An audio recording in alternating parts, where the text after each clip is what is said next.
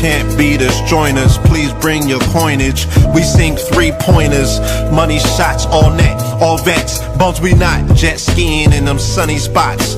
With women edible like gummy drops. Dummy stop, dummy stop. No weapon form can intercept a storm. Once my intellect is on, I'm projecting on magnetic fields and interact with blacks with athletic bills.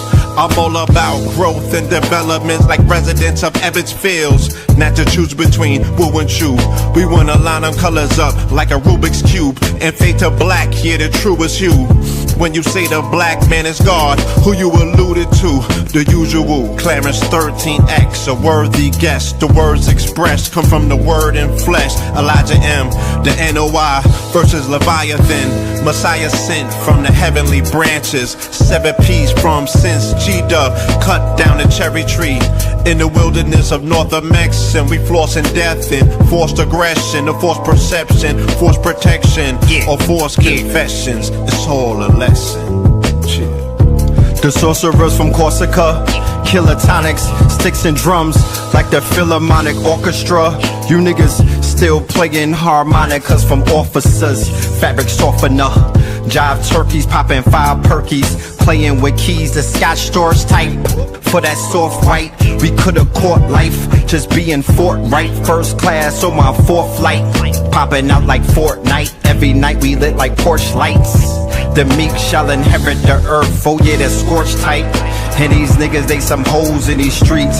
Me, I'm 10 toes in these streets. They lost their souls, niggas got holes in their feet. Shit, I'm just worried about the craft and how to perfect it. Not worried about the craft, yeah, that's out of perspectives. Focus on the chip like I'm Robert Kraft, and then how to protect it. It's the waves of the oceans. Get to the money, nigga, save your emotion. Descendant of the slaves in the graves in the oceans. Mastermind that the waves is in motion. These niggas, they addicted to the folly, addicted to that molly. Making me a movie, them sticks made of holly. I'm Dr. Manhattan, sitting on top of Manhattan. When I get all 5 rings, snap my fingers and pop up on satin. Dressed in all black, yeah, drop top the Phantom. Best.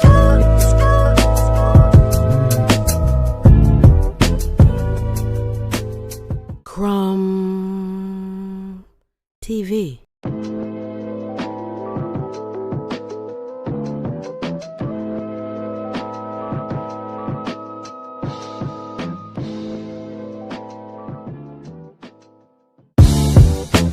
Can't beat us, join us, please bring your coinage. We sink 3-pointers, money shots all net, all vets. Bumps we not, jet skiing in them sunny spots. With women edible like gummy drops. Dummy stop, dummy stop. No weapon form can intercept a storm. Once my intellect is on, I'm projecting on magnetic fields and interact with blacks with athletic bills. I'm all about growth and development like residents of Ebbets Fields. Not to choose between woo and chew. We wanna line them colors up like a Rubik's Cube and fade to black, here the truest hue. When you say the black man is God, who you alluded to? The usual, Clarence 13X, a worthy guest. The words expressed come from the word in flesh. Elijah M, the NOI versus Leviathan. Messiah sent from the heavenly branches. 7 P's from since G-Dub cut down the cherry tree. In the wilderness of North Mex, and we flossing death and forced aggression, or forced perception, forced protection, or forced confessions. It's all a lesson. The sorcerers from Corsica, killer tonics, sticks and drums like the Philharmonic Orchestra. You niggas still playing harmonicas from officers, fabric softener. Jive turkeys popping 5 perkies, playing with keys, the Scotch stores type. For that soft white, we could've caught life, just being forthright. First class on my 4th flight, popping out like Fortnite. Every night we lit like porch lights. The meek shall inherit the earth, oh yeah, the scorched type. And these niggas, they some hoes in these streets. Me, I'm 10 toes in these streets. They lost their souls, niggas got holes in their feet. Shit, I'm just worried about the craft and how to perfect it. Not worried about the craft, yeah, that's out of perspectives. Focus on the chip like I'm Robert Kraft, and then how to protect it. It's the waves of the oceans. Get to the money, nigga, save your emotion. Descended of the slaves in the graves in the oceans. Mastermind that the waves is in motions. These niggas, they addicted to the folly, addicted to that molly. Making me a movie, them sticks made of holly.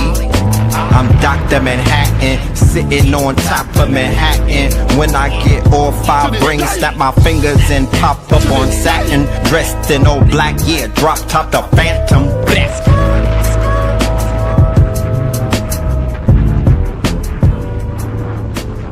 Crumb TV. Peace to the family, peace to you and yours. Peace to the family, peace to you and yours. Welcome, welcome, welcome, welcome to another episode of Third Eye Thursdays. You are now rocking with the best. Yes, this is your host for the evening, Brother Red Pillar. And that song that you just heard right there, that is the Theta Waves featuring the Twin Pillars. Listen, just off that early bar that Blue spit. All net, all vets, bums we not. You know what I mean? You know what I'm saying? Theta Waves video shoot during the mother effing ticker tape parade. Nigga, what are we talking about? Oh, man, you know we got to bring that to New York. You know we got to bring that to... I might even take the charge. I got the bail money. I'm going to stand on top of MSG, my nigga. I need that shot. Money shot. You know what I'm talking about? We need the Twin Pillar shot with the orange and the blue on top of the jump. Oh, yeah. Go ahead. Lock me up. Let's go. Let's go. We're going to get out the same day. But yeah, man. Definitely. That video, that's screaming for New York right now. That's screaming. I just want to hear, to be honest with you, on some real ish, and I'm not trying to sound like a fanboy, because I don't even really dig Funk Master Flex. He's not my cup of tea. But boy, oh boy, if a genie gave me 3 wishes, I'm like, I want to hear that man drop 1,000 bombs on that shit. Keep bringing it back. You know what I'm talking about? Like how he did for Otis, for Jay-Z and Kanye. I need like 2 hours of bombs on that shit from Funk Master Flex with that talk. Not DJ Clue. I need that Funk Master talk. You know what I'm talking about? Like I need him to talk his talk. Bombs, my nigga. Real talk. That's one of my wishes right there. Y'all should grant me that. You know what I'm saying? Y'all should grant me that. I low-key feel like Theta Waves got the Knicks to the finals. Real talk. Like that's how I'm seeing it. I'm gonna paint it the way I want to see. I feel like the song is inspo. You know what I mean? I'm like, there's not really a lot of New York songs that could really stand out and be like, yeah, I was waving and you know, this was the inspiration. I don't know, because literally New York don't have an anthem. They in the finals without an anthem. You know what I'm saying? Talk about it. They out there playing the best of. You know what I mean? This shit sound like, you know what I mean? They went to the best of New York songs. They just pulling the fucking classics out. But they don't have a current hit. That shit Mano did is cool and everything, but that sounds like a Miss Rachel song. I'm feeling good today. Hey. Yeah, that sounds like Miss Rachel. That sounds like you know what I mean? That sounds like a PBS song. It's cool and everything. It's kind of catchy, but no, that's not it. I got 100 guns and 100 clips, baby. I'm from New York. Yeah, that shit is like 1,000 years old. You feel me? That's like 1,000 years old. I think Patrick Ewing and them came out to that. You know, I think Mike Tyson's first fight, he came out to that. That's an old song. You feel me? You would think the weed is free, the bagels are Jewish, and the mayor is Muslim. You would think that these niggas would be in the lab. You know what I'm talking about? With all of those rappers in New York. You would think. I like the one with Max B and everything, but no, that's not a Nick song. Ever Since You Left Me. No, that ain't it. They just trying to throw anything at the board. We don't have an official anthem yet. Them boys is doing this shit off of songs that we listen to on our Walkmans. Facts. No problem and whatnot, but that's stale curry. Play some Griselda at this point. Nah, we good. No 38 special over here, fam. It's all Jadakiss. Facts. We don't do that. Yeah, it's all Jadakiss. All day. How dare that young boy come out of his side of his neck like that? Nigga, what? I hope Jadakiss get that nigga the kiss of death. This, you know what I mean? He cool and everything, but what? The audacity, like, what are we doing? You know what I'm saying? It's just gotten too, you know what I mean? Now we got to start getting on our borough shit because y'all done went too far. Jadakiss not even from the boroughs. You know what I'm talking about? Jadakiss is from like the burbs and whatnot. He from Yonkers, my nigga, but 38 Special violated trying to chase down the God? Are you fucking dumb? Like, I take the offense to that. But anyway, Wu-Tang Clan ain't nothing to F with. Wu-Tang Clan ain't nothing to F with.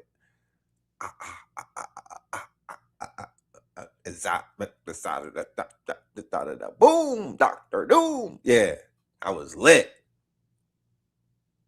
Nobody can tell me that the mother effing Wu is not the reason why the Knicks finna get the chip. I'm trying to tell you, there's no way whatsoever in the history of mankind that these boys was down 30 points at the half and young Raekwon and the Method Man and them niggas came out, you know what I'm talking about, and did what they did. You know what I mean? The RZA, he did what he had to do. You know what I mean? Young Abbott, the Abbott came out and they casted a spell and them boys came out with a new conviction. You know what I'm talking about?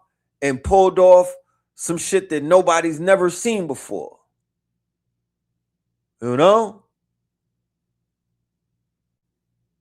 Somebody said, I don't know, Red, if they set that up, we see Special with the, no, 38 Special, no disrespect to the God.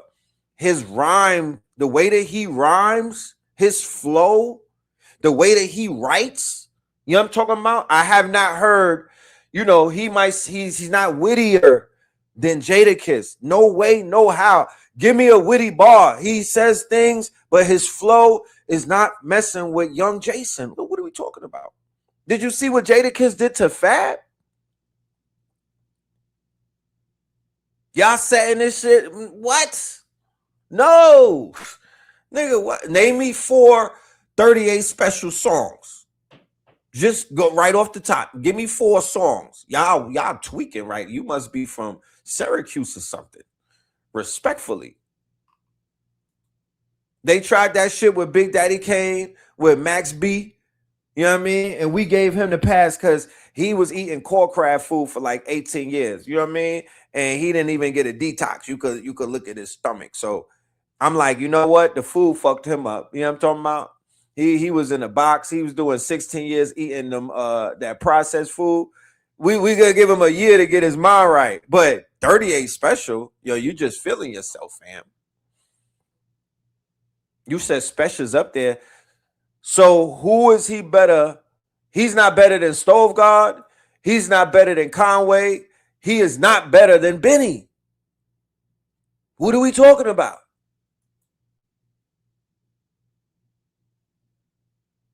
What are we talking about? We're not comparing 38 to Max. What I was saying was Max B said some blasphemous stuff against Big Daddy Kane, his hero. You know, his hero. And Big Daddy Kane is a whole legend. You can't even come at the legends. Like, respectfully, it just has to be a limit drawn. Jadakiss kind of falls under that category. He put in so much work. He caught a body in Madison Square Garden and still ain't go to jail for it. You know what I'm talking about? The bodies was called Jim Jones, Jadakiss, and Jules Santana. Single-handedly bodied them. I don't even think and it what don't say Sheik Luch did it, and please don't say Styles P did it. You say he's better than Biddy and Stove because he got his business together. Special be eating Benny on the albums. Wow, what album is that y'all listening to? You know what I'm talking about? What albums were y'all listening to? Because I have never heard my nigga take. He did never. I heard J. Cole on a Benny song run laps around the boy, But are you telling me that 38 Special is running laps around Benny in his wordplay? Oh man. Oh man. Yeah, Planet Asia. Yeah.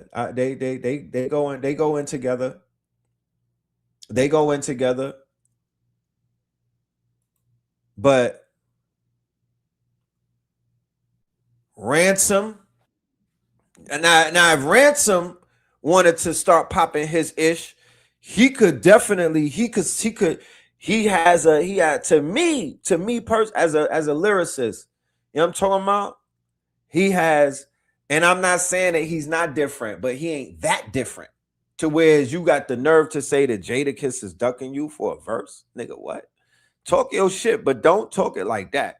And Ransom, nobody could rock with Ransom. I don't even think that Benny can hang with Ransom. I don't know who on Griselda could fuck with Ransom's pen right now. You know? I really don't. Ransom's pen game is retarded right now. You know? I'm going to go listen to Stabbed and Shot 2. I'm going to take your advice and I'm going to go spin it and whatnot. You know what I mean? I'm going to spin it.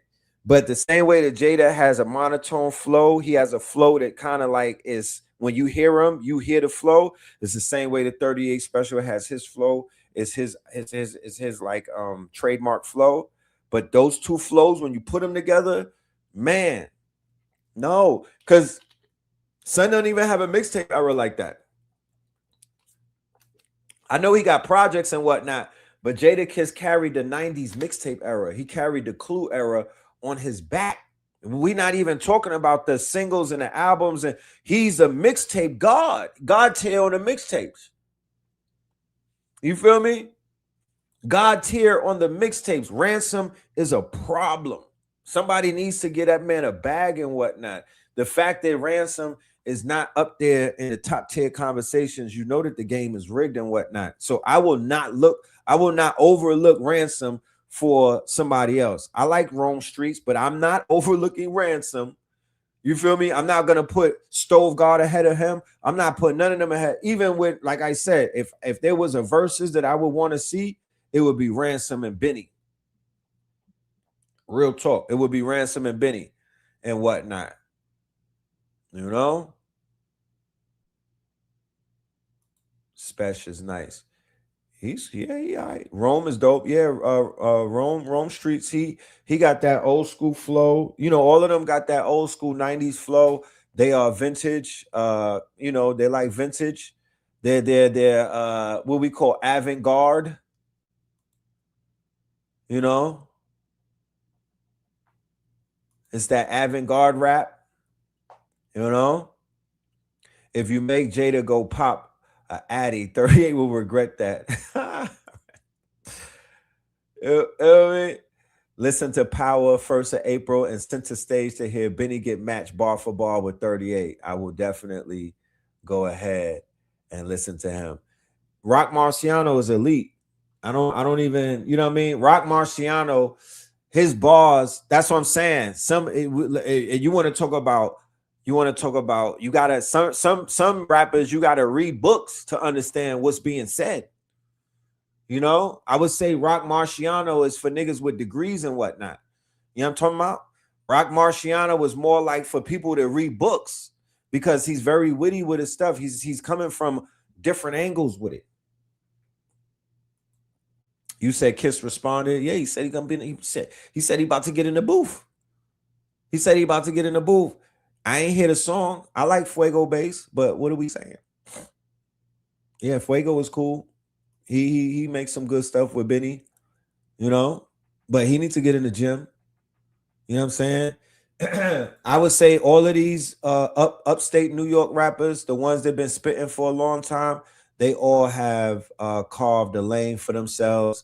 They definitely get my respect and whatnot. I would love to see their stage shows. You know, that's the next level of everything. I don't know what they look like on stage and whatnot. I haven't seen any standout performances from damn near none of them.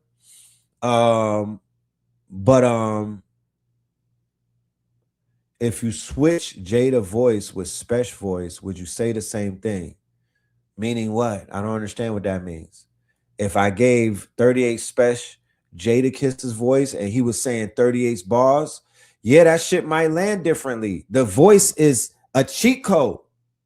This fucking raspy Jada Kiss. Y'all heard me with the raspy. I should have went to the booth that day. You know what I'm talking about? And I could have went to the booth and put out a Raspy Red album. You know what I mean? The raspy shit is a cheat code. You know?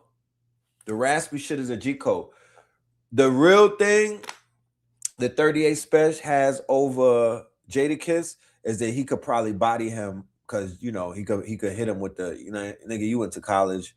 You don't really, you know what I mean? Like, I live this. You're just rapping this. He could get him on that angle. He could definitely get him. And I never really heard nobody really body Jada Kiss on that angle and whatnot.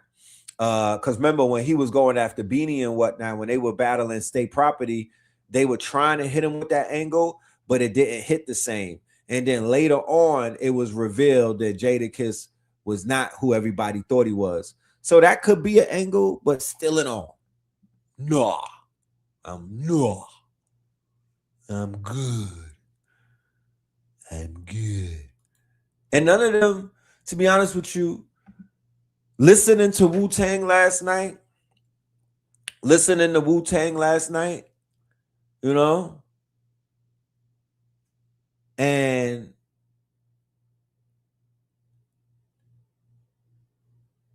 hearing, you know, Raekwon's flow, hearing the Ghostface flow, you know, just hearing that classic shit where it was so distinct, and then seeing Nasir Jones in the building and then playing some Nas afterwards, like we talking about I don't, you know what I mean? Like I would love to give the New Yorkers a crown, but you got fucking Jim Jones in the forefront, you got Dave East in the forefront.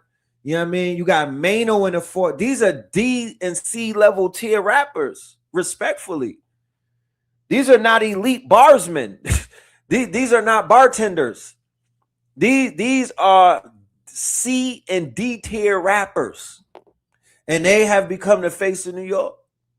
So New York is definitely, you know, now I know why the Griselda dudes be talking so greasy and they be stunting and whatnot. Because when you look at what New York is looking like right now, it's damn near, you know what I'm saying? Like what? That ain't it, bro. You know what I'm talking about? That is not it. Yeah, shout out to AZ. You want to hear real barsman? You want to hear real lyrics? You know, the veterans somewhat still have, I'm not gonna listen to a new Wu-Tang album more than likely. I don't know if I'm gonna give it all of my time unless they come out with some heat rocks. But yeah, man. Somebody said Dave is super Reggie. I think Dave East has a future on film. He got a future on film. Shout out to Dave East. You know what I'm saying? He's a better actor than me because look, Lost and Found. His nigga ain't found his flow yet. I mean, did he go and look for it? He did not find his flow yet. He's not in that pocket where when I listen to him, I'm like, this nigga's nervous system has calmed down. He's a ball player. Yes. He played Method Man to a place, to such a degree where I thought that was Method Man for a minute. Why not just do the Tikal movie, my nigga? You know what I'm talking about? Why not just do the Tikal movie? Why not just do the making of You're All That I Need with Mary J. Blige and let like Summer Walker be Mary J? Nigga, go to Hollywood. Go do a microdrama. You know what I'm talking about? You know, he got a good voice, but he has not found his pocket. And Nas has not did one song with him to like give him a stamp. He ain't stamp him yet. You know? He could have been did a song. He could have did the Uchi Wally remix with the nigga. Because literally he signed him. That's his artist. Under, you know what I mean? That's his artist. So the Knicks were down by 30, ladies and gentlemen. The Knicks were down by 30. And Method Man had the audacity to say Knicks in 5. And they was looking at Method Man like, we about to pack this thing up, bro. We're going home. Knicks is getting packed. They getting packed up in front of the celebrities. And they had the big watch parties and shit. Dave got, and there goes my point. Can you name them? Give me 4 bars off of the songs that they got together. Nas is on some throwaway tracks. They don't have no classics together. Hello? You dig? They don't got no class. Nas got classics with Jada. No, Nas got classics with Jada. Nas got classics with Wu-Tang. Nas got classics with Noriega. Nas has classics with Mobb Deep. Hello? He got classics with Nature. He got classics with Cormega, and he has a fucking song with Dave East. You see the difference? Do you see the difference? When a person like Nasir Jones locks, you just got to be in the A&R game to understand how this works. When a person like Nasir Jones locks into the studio with his artist, it's already predetermined that a classic has to be made. He's not even giving homie that type of consideration. You know what I'm talking about? He's getting throwaway bars. He's getting throwaway bars. You know what I mean? Rhymes that was in the phone that Khalees has. Like, no, that's not classics. He's not giving him classics. He's just like looking out for the nigga. How long are you going to be looking out? That nigga got to do lyrical pull-ups. He got to get in the gym. He got to get in the gym. No bops. No bops, Dave. Dave, no bop East. There's bops in the East, Dave. You didn't get one? My nigga. How is Rob Bass in Harlem making bops and you're not? Look, it's a young nigga in Harlem. What's his name? Fergie. Fergie, baby. Lit. What? Nigga. Lit. Nigga. Murder Mook in what's his name? Loaded Lux. They in Harlem making better music. What are we talking about?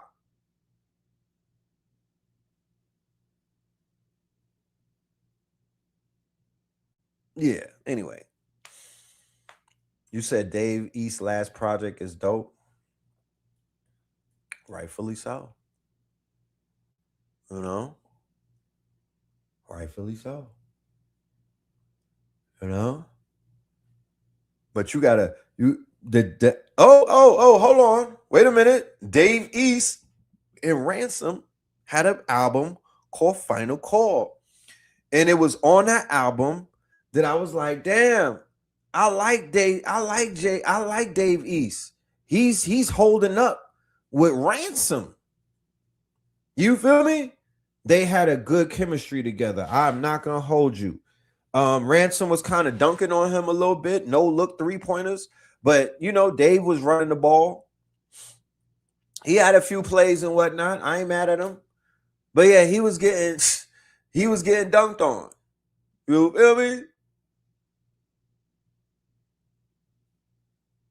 So kudos to his bars. I hope that, you know what I mean, he's gonna see the light. He might need some ayahuasca or something. I don't know. I need him to loosen up. You know what I'm talking about? He needs some shrooms. The weed ain't doing it, sir. You know what I mean? I need my nigga to loosen up. Get a little looser. Get looser in the booth. You know what I mean? I hear a stiff. The flow got too much starch in it. You know, the flow it got too much starch in it. It's too stiff. You know what I mean? That nigga needs to start harmonizing or something. Ain't he a pretty boy? You need to talk to the ladies, Dave. David. Take I made about 4 lady songs. That's right. Yeah, I'm officially a lady rapper. Yeah, take a fucking take a clue, sir. You get in your lady bag. Yeah, get in your ladies bag. Start talking to the ladies because the fellas don't want to hear you. Respectfully, the fellas don't want to hear you, sir. You know what I mean? We do not want to hear you. You know? Too bad Ransom is not from New York. I know, right? Joe Budden should be pushing that man. He's such a hater that he won't even get him out there and whatnot. You know what I'm talking about? He from Jersey. Jersey. He might need to find Sue Surfing them and link up, because the Jersey dudes is kind of wavy on the battle rap side, you know. You said he got an R&B 90s mixtape. Who? Davies? Say word. Say word. Don't. Nah, don't say that. Don't say that. Man, if I was Davies, I'd do a Spanish hook. You got the Puerto Rican Day Parade coming up. My nigga's not using all of the he's not, I don't know what type of strain he's smoking. His brain is not working. He's not using all of the pieces in his fucking in the puzzle. He's not putting it all together. He is not putting it all together. I promise you. Because he could if he wanted to. You know what I'm talking about? He could if he wanted to. I seen Carmelo last night. I was like, damn, they doing your name crazy, Carmelo. How is the algorithm treating you? You know what I'm saying? The real Carmelo, the OG Carmelo Anthony in the building last night. You know? That's crazy how they playing with his name. How does Dave East have a song with everybody and ruin it? Damn. Let's stop the Dave East talk, because they I know his manager, and I don't want him to think that I'm going in on his artist, man. Shout out to Dave East. But you know how we New Yorkers, so New Yorkers got to keep New Yorkers intact. Yeah, he's smoking them spray packs though. He got to get on some real, you know what I mean? Some hydronic, some shit, some bubonic, some hydronic dro or something. Niggas, they need to go find the Branson with the jars and the purple and let him smoke that and go hang out with go chill with Jada and them niggas. Go do some pull-ups. Go sip on some motherfucking green juice with Styles P in them. You respectfully. Cause you sitting around Fabulous, who is, in my opinion, somewhat of an elite, you know? You sitting around FABO, that should be your best friend. For real, for real. You need to be bosom buddy. You need to be the godfather to his children, my G. Like, real talk. Y'all need to get a crib together, because that's the only one that could save you right now. You're not going to pick up no bars from Jimothy, you know?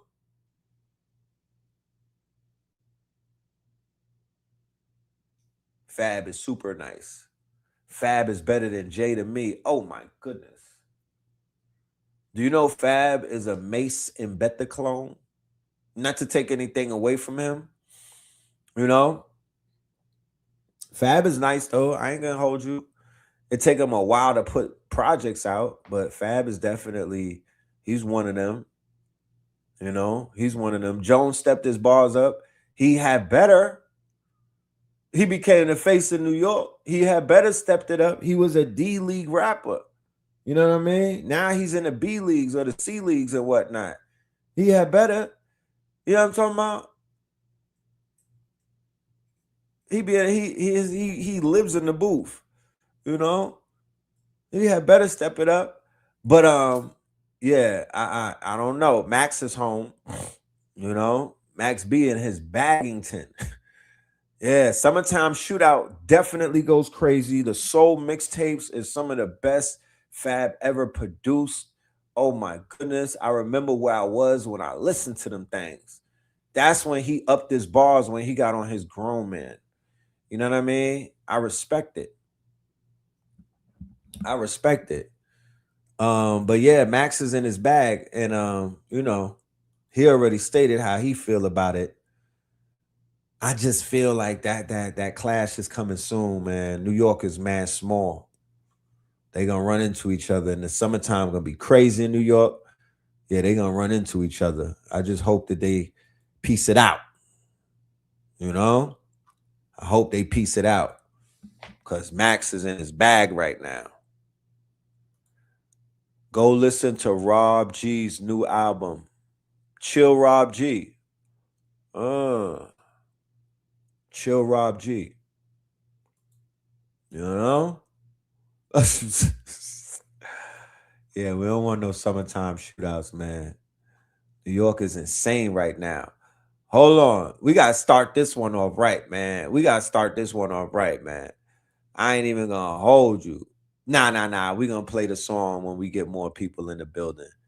Let's go into the things, man. We got a lot to talk about. You know, I think he gonna wait for the Knicks to win to apologize. He'll humble himself though. He's definitely gonna apologize to the big homie and whatnot.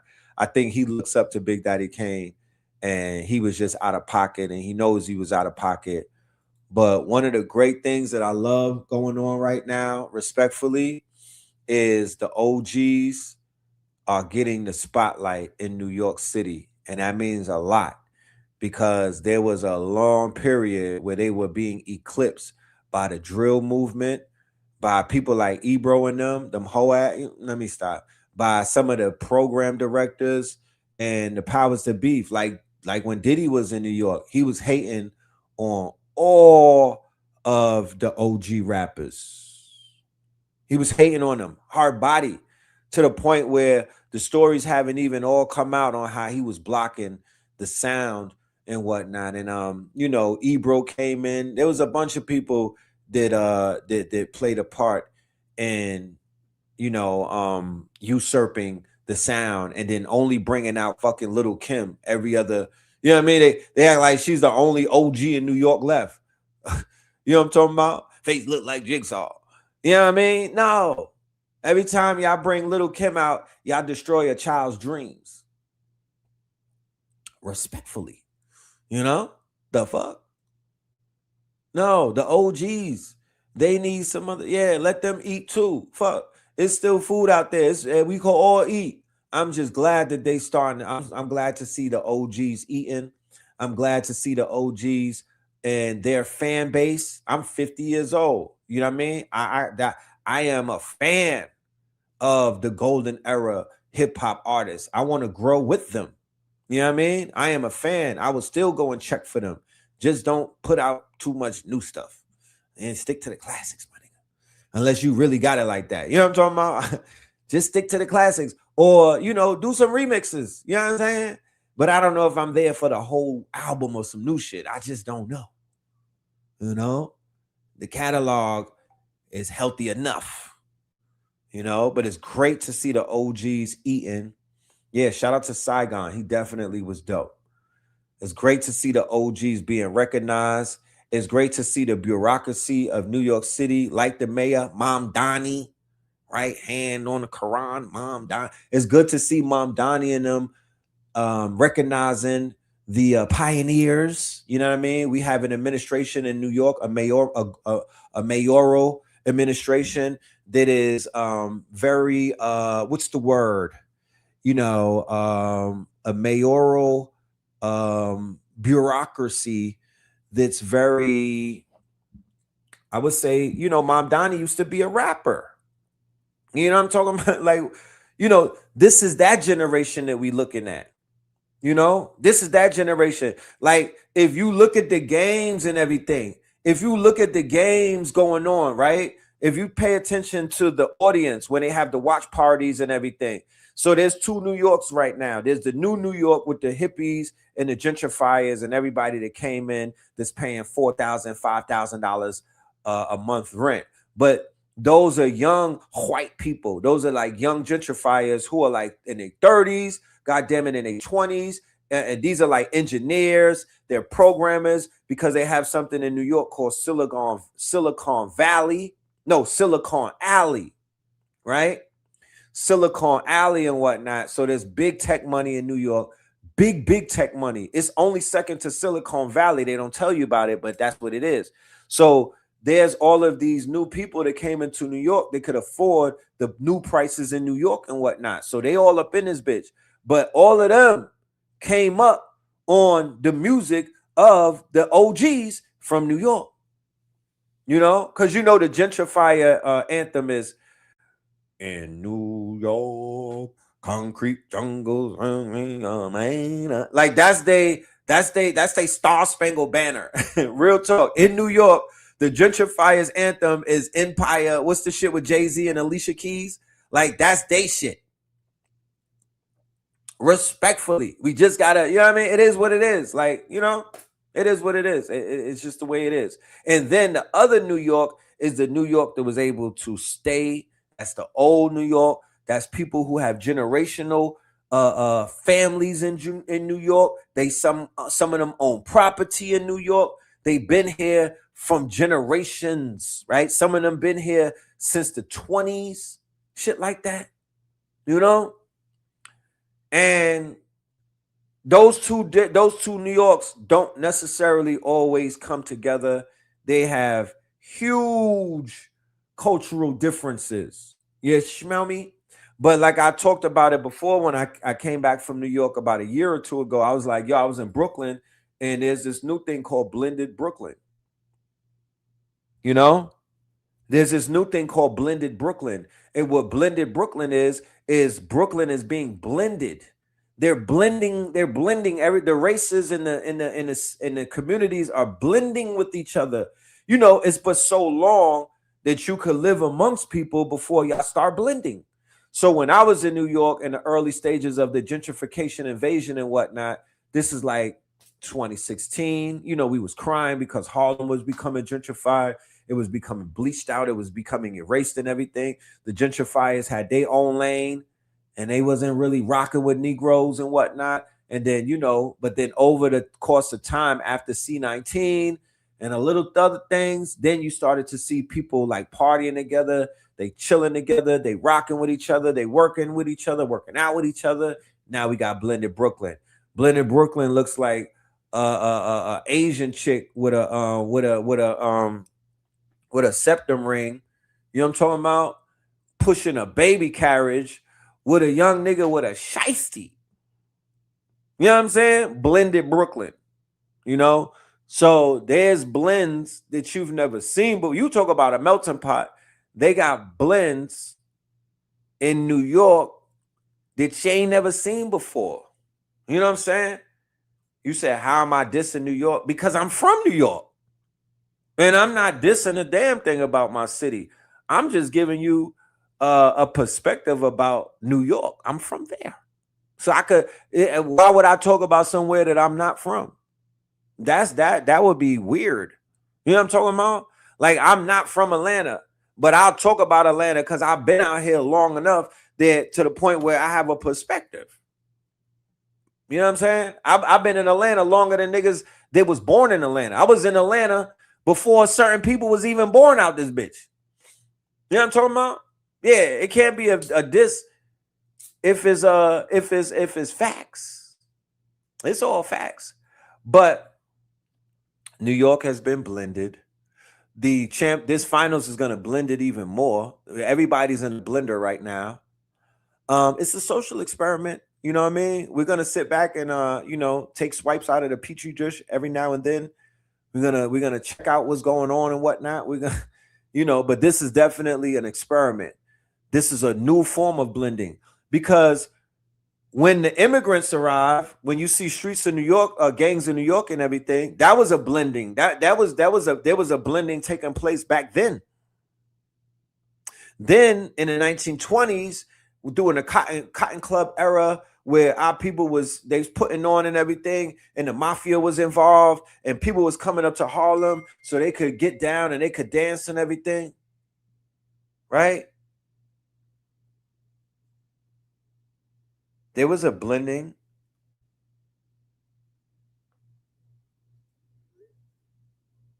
So then definitely when they began to integrate, so it's just different phases of it, you know, it's just different phases of it. But it is what it is, you know what I'm saying? We just observing things right now, you know what I mean? We just observing things. This is a social experiment that has never really taken place like this to this extent. So we're just paying attention to everything. But with that mayor, that socialist mayor Mamdani, he's bringing in a lot of the socialist minded, This is like liberals on crack. You know what I mean? This is a new level of liberalism and whatnot. But when you look at the stats, crime is down. You feel me? Crime is down. They just cleared the whole budget of like a few $billion. The budget has been cleared and whatnot. Like there's some moves being made out there, and I don't get into the politics. I don't root for no politician. I know politics is still politics and everything, but energy is energy, and energy never dies and whatnot. So when somebody represents a certain type of energy imprint, and that energy imprint, I could see the results of that, and I could see how it's affecting people both positively or negatively. Yeah, I'm gonna point it out, and I'm gonna speak on it. You have two dichotomies of energy that we could all say that we saw this week, and we could point at it. So there's the energy of Donald J. Trump. He's carrying a funky ass, dirty ass, dark energy with him. Everywhere that he goes, he's the opposite of the Midas touch. Everything that he touched turns to dust. Everything that he touched turns to shit, right? He's walking around with entities and all type of demonic possessions taking place. He's pooping all over the place, falling asleep. You know what I mean? It's just crazy with him. Wherever he goes, war follows. Wherever he goes, death follows. Wherever he goes, gentrifiers. No, not gentrifiers, colonizers. There's a difference between the two. Let's be clear. Wherever he goes, the Romans follow. You understand? He's a spirit cooker. He's part of the Epstein class and whatnot. He's considered to be a flesh eater. So we saw what his presence does in what we would call a homeostasis environment. New York City, Game 3, it was a perfect quote unquote environment. It was a charged up environment. If you put the Schumann resonance on New York City before he came through, it was at its heights and whatnot. The thing was going off the Richter scales, and people were unified, they were electrified, they were charged up, they were magnified, they were just going, they were just in love with the whole moment. Everybody was in a bag and whatnot. He pulls up, they put the goddamn lockdown on the city. Right? They start roping shit off, locking down streets and whatnot, blocking off passages and everything, stopping the energy. Nah, we don't want no watch party outside the garden when the whole energy that's charging up that circular garden and whatnot, that cylinder, the energy that's charging it up is literally people's kinetic energy. The people's kinetic energy charged up that battery and whatnot that is now called Madison Square Garden and whatnot, right? Yes. And him and Cardi B was outside on the same night. That's a recipe for disaster, my geniuses. She's a succubus. And he's a succubus. They both have parasite energy, respectfully. They both know how to drain energy out of a room versus go up in a bitch and light it up and whatnot. If Cardi B walks in a stadium full of young girls and you're full of men and everything, she is going to shift the energy, not in a positive way, especially if her music starts coming on. The motherfuckers start getting possessed. You think it look cute and whatnot, because you might see shorties twerking and everything, but no, there's going to be charges caught that night. Shorties is going to get bit on the neck and whatnot by some of these bed bug ass niggas. You know what I'm talking about? There's going to be violations as a result of her spell casting. Trust. So he's an incubus and she's a succubus. And what did they wind up doing? They sucked all the energy out of the city, not even the stadium. They sucked the energy out of the city to the point where dudes started fighting right at, like immediately they start scrapping. They were scrapping while the Knicks were playing. Niggas in New York was like, nah, they was fighting before the Knicks lost. They was fighting during the night. 90% of that celebrity row is the Epstein class. Well, yeah, that's New York for your ass. You know what I mean? It just is what it is. You know what I'm saying? Like, that's where the rich small hats is at. New York is the epicenter of, it's the financial center of this whole thing. So yeah, you damn right, the motherfucker. But the front row, the celebrity row, did not get the Knicks to the chip. Them niggas showed up later on. They showed up when the winning got winning and whatnot. And what does that tell you? That tells you that we don't need nobody, especially no celebrities, to charge our batteries. Yeah, we played it yesterday where they were smudging Madison Square Garden. They smudged the hell out of it. They had to. You know? They had to. So Carmelo Anthony is a Knick. And Carmelo Anthony in Texas is not a Knick, but he's in jail. So what's that about? You know, they had Carmelo is the Knick. Carmelo is the Knick who wears the God Body 7. Carmelo is the one who had Jay-Z wearing the quote unquote the star, the 7 and whatnot at the Knicks game. And everybody was, I think it was the Nets or the Knicks game, when Carmelo let Jay-Z hold his God Body chain, and Jay-Z started, there was all of this hoopla around it and whatnot. Carmelo God Body. Carmelo Anthony is God Body. You feel me? And they named that boy after him. Because young Carmelo was 18. You damn right they named him after Carmelo, the ball player. Huh? So you got Texas and New York. The situation is taking place in Texas. I didn't hear no San Antonio Spurs say shit about it. They ain't have a word to say about it. I haven't heard no Texas athletes tweet about it. And it's like, yo, we gotta talk, man, because the glaring, the disparities are very glaring. It's beginning to stand the F out. That Texas, Georgia, Mississippi, Alabama, and motherfucking what else? What's the other one? Florida. The way that they doing black people out there in the judicial system, my nigga, y'all don't have no time to hate on us. Y'all got to deal with them white folks, bro. We dealing with our white folks in New York. You see how we got them, you know what I mean? They not, listen. Yeah, South Carolina, that whole southern, what they call, I don't like to say Chitlin circuit, but that's what they call that shit. They dealing with some shit that they need us. Y'all need to stop acting like New Yorkers is cocky and whatnot. We come down south and told white people SMD to their face. Facts. That's what we do. We go down south and we tell white people, fuck out of here, nigga, and we put hands on them. That's what we do. Because our relationship with the Caucasians in New York is different. They will never have us with our heads down.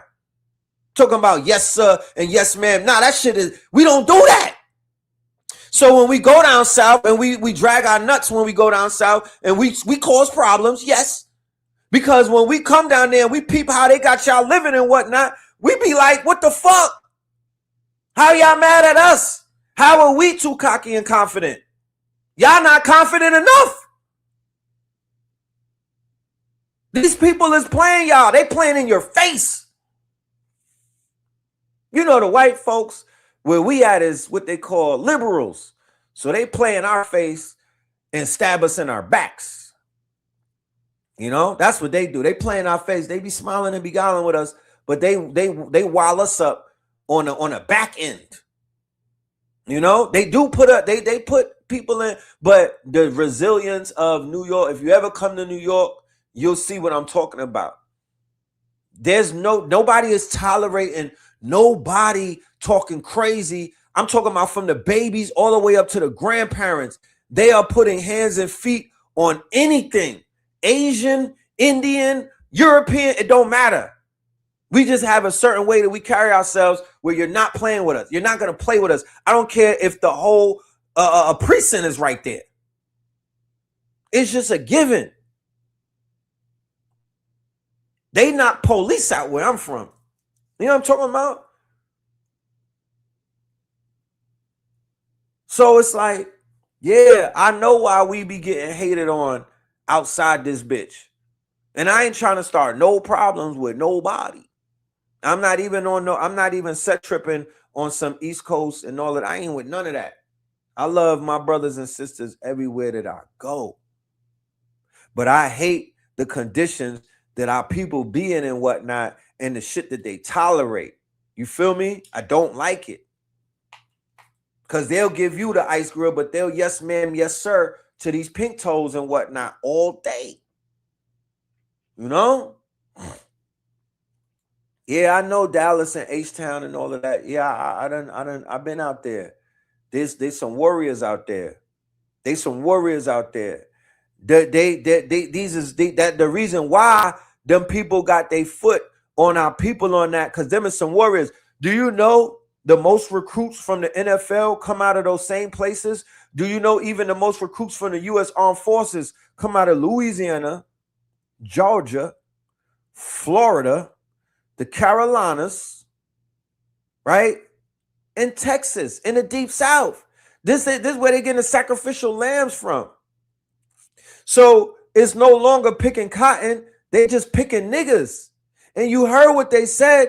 They putting niggas on chain gangs down there. I don't know. New York, I don't know if they do that in New York. When you lose trial, they sentence you the same day. Where I'm from, they say they give you a sentencing date. They sending dudes up the same day in Memphis. I seen a dude blow trial. He got life the same day. I was like, damn. They cut homie hair off the same day. Like the next day, Carmelo was bald headed, bro. That means that whenever you cut your hair, that means they shipping you to the big boy, to the pokey. I'm like, damn, they are not playing with them people up there, bro. They are not playing with our young bucks in the South. They shipping them the fuck to the big house immediately.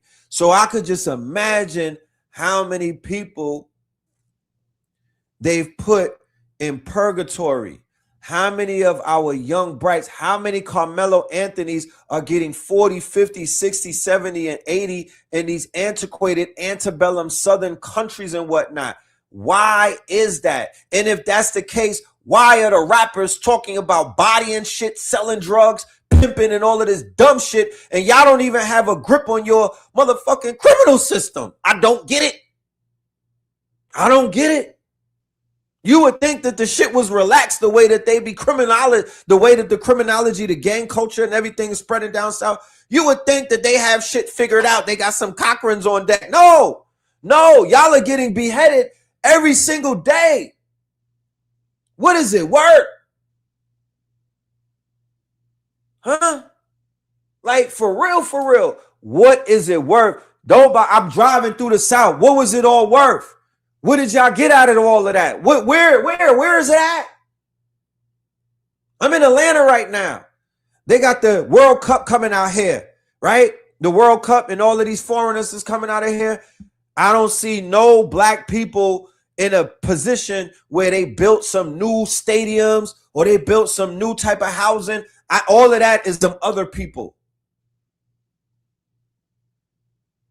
So I'm like, if there's all of this underworld activity going on, if there's all of the criminology taking place, like the crime has almost, because when I came to the South in 1997, the people were not hypnotized by crime like this. They were not hypnotized by criminology like this.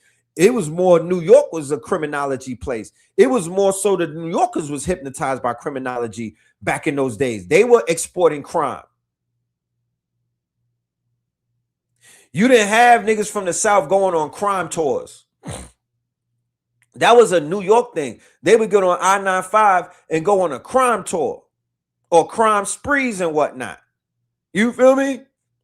But over the past years, after the Jeezy era, everybody become a trapper. This nigga built a trap museum, T.I. They got trap museums to trap niggas, right? So when they started the trap music, that was the beginning of the trap culture. Right? And trap culture is nothing but niggas getting trapped in a system. Facts. They start packing out them goddamn prisons and whatnot in ways that they never had them packed out. You smell me? And it just started getting worse and worse and worse. Then they brought the gangs out to the South. They brought all of the gangs. The New Yorkers brought the gangs. The majority of the blood rappers in Atlanta are blooded in from New York. You know that? It's not a California thing. That's the New York influence that came to Atlanta and turned Young Thug and all of these niggas into Bloods. I remember it. I was out there. I had beef with one of the Bloods from New York, some shit that went back in the days. I'm on Clark Atlanta campus. A nigga that I got beef with popped up. He's a superior in the Bloods. You know what I'm talking about? So it got real out there. They brought that shit to the South. They infected the South with the gang mentality. And then you had, the GDs and everything coming in from the Midwest. And then when Katrina happened, you had all of them New Orleans hitters and whatnot. And they came in and they raised up the murder rate. So it's become a powder keg of criminology all throughout the South. And the artists like Lil Boozy and all of the NBA young boys, all of that Baton Rouge shit that's coming out, coming from Cash Money. No, really, Master P and them started it with Bout It.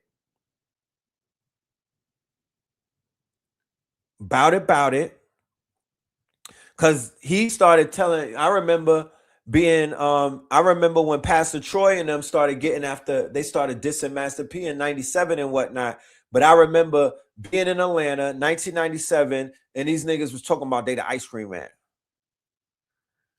I was like, what, Briars? The fuck? Well, what type of ice cream? What was that? Neapolitan?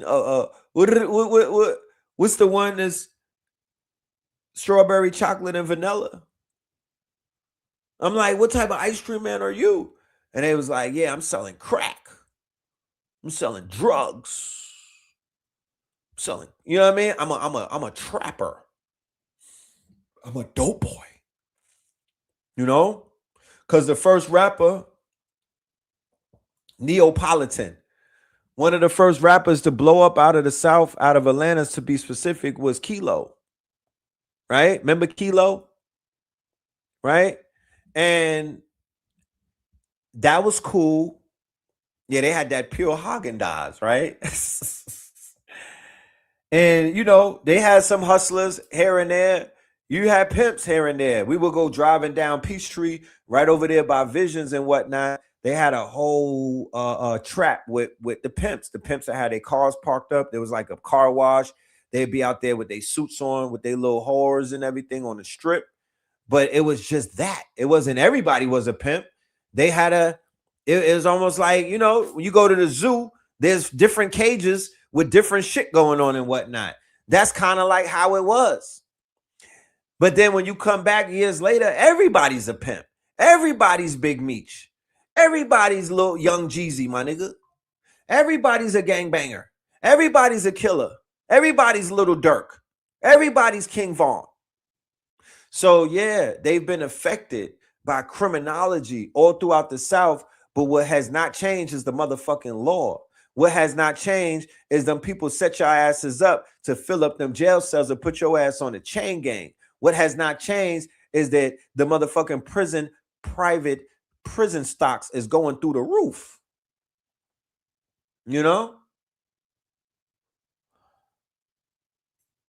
Master P Camp got the Southern family vibe to it. Oh, of course. I would never say that Master P came with a surge of negativity. No, Brian Williams did that. Yeah. Cash Money followed up with a more darker and more sinister type of vibe. Master P was like, that he was like a studio gangster in a sense. He was kind of tiptoeing on it. Even though I'm sure that he had what you would call real niggas around him and whatnot, it still gave studio gangster. But when Juvenile dropped the song Ha, and you saw the visuals of the Magnolia Projects, nigga, I was bought and sold. I was scared. I was like, God damn, these niggas they scary to me. Yeah, Jay Prince with Scarface and all of them. Yeah. You know, I loved Ha. I watched that video about 100 times the first night it came out. You know, I was hypnotized.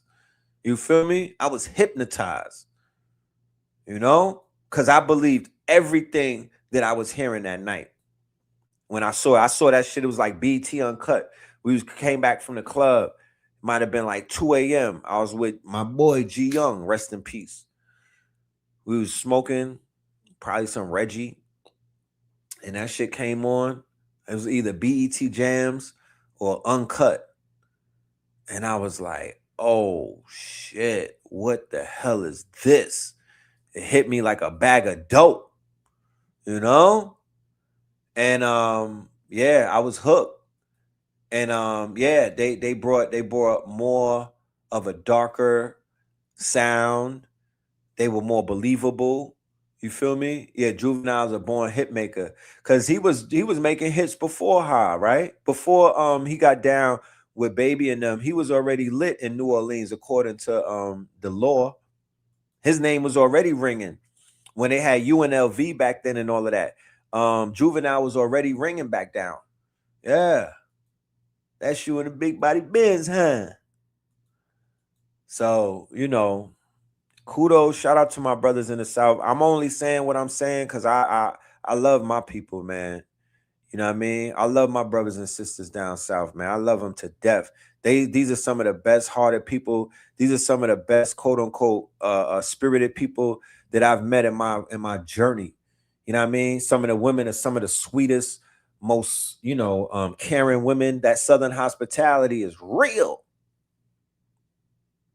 You know, that Southern hospitality is real. And I felt that. So I would never talk down, or I would never talk crazy and whatnot. I'm in the South because I love the South. I ain't here because I gotta be here. I'm here because I feel comfortable here. I'm here because I love it here. And I'm here because they want me here. You know? But what I don't want to see, I hate seeing my people crash out. I hate seeing my people get done dirty. I hate seeing my people get 35 years and whatnot. I hate seeing my people getting 80 years and 50 years and 60 years. And literally that's like a death sentence. I just hate that. You know, I really do. A lot of people is getting smacked and they don't deserve to get smacked the way that they smacking them. They smacking men and women. You know, the feds is filled up with shorties on some old like Set It Off. I was watching Set It Off in a barbershop the other day. And when you watch certain movies in hindsight, I think that was Gary Gray. He was like, he was the director on that. That was homie that was making a lot of videos back in the days. I think he did Natural Born Killers with Ice Cube and Dre, Dr. Dre, if my memory serves me correct. But anyway, I'm watching Set It Off with a new set of eyes, and I'm like, God damn, this was the movie that had our women out here starting to gangbang and rob and everything, and, you know, just get into more of the criminology and shit like that. Like, a lot of those movies in the 90s were fucking CIA operations.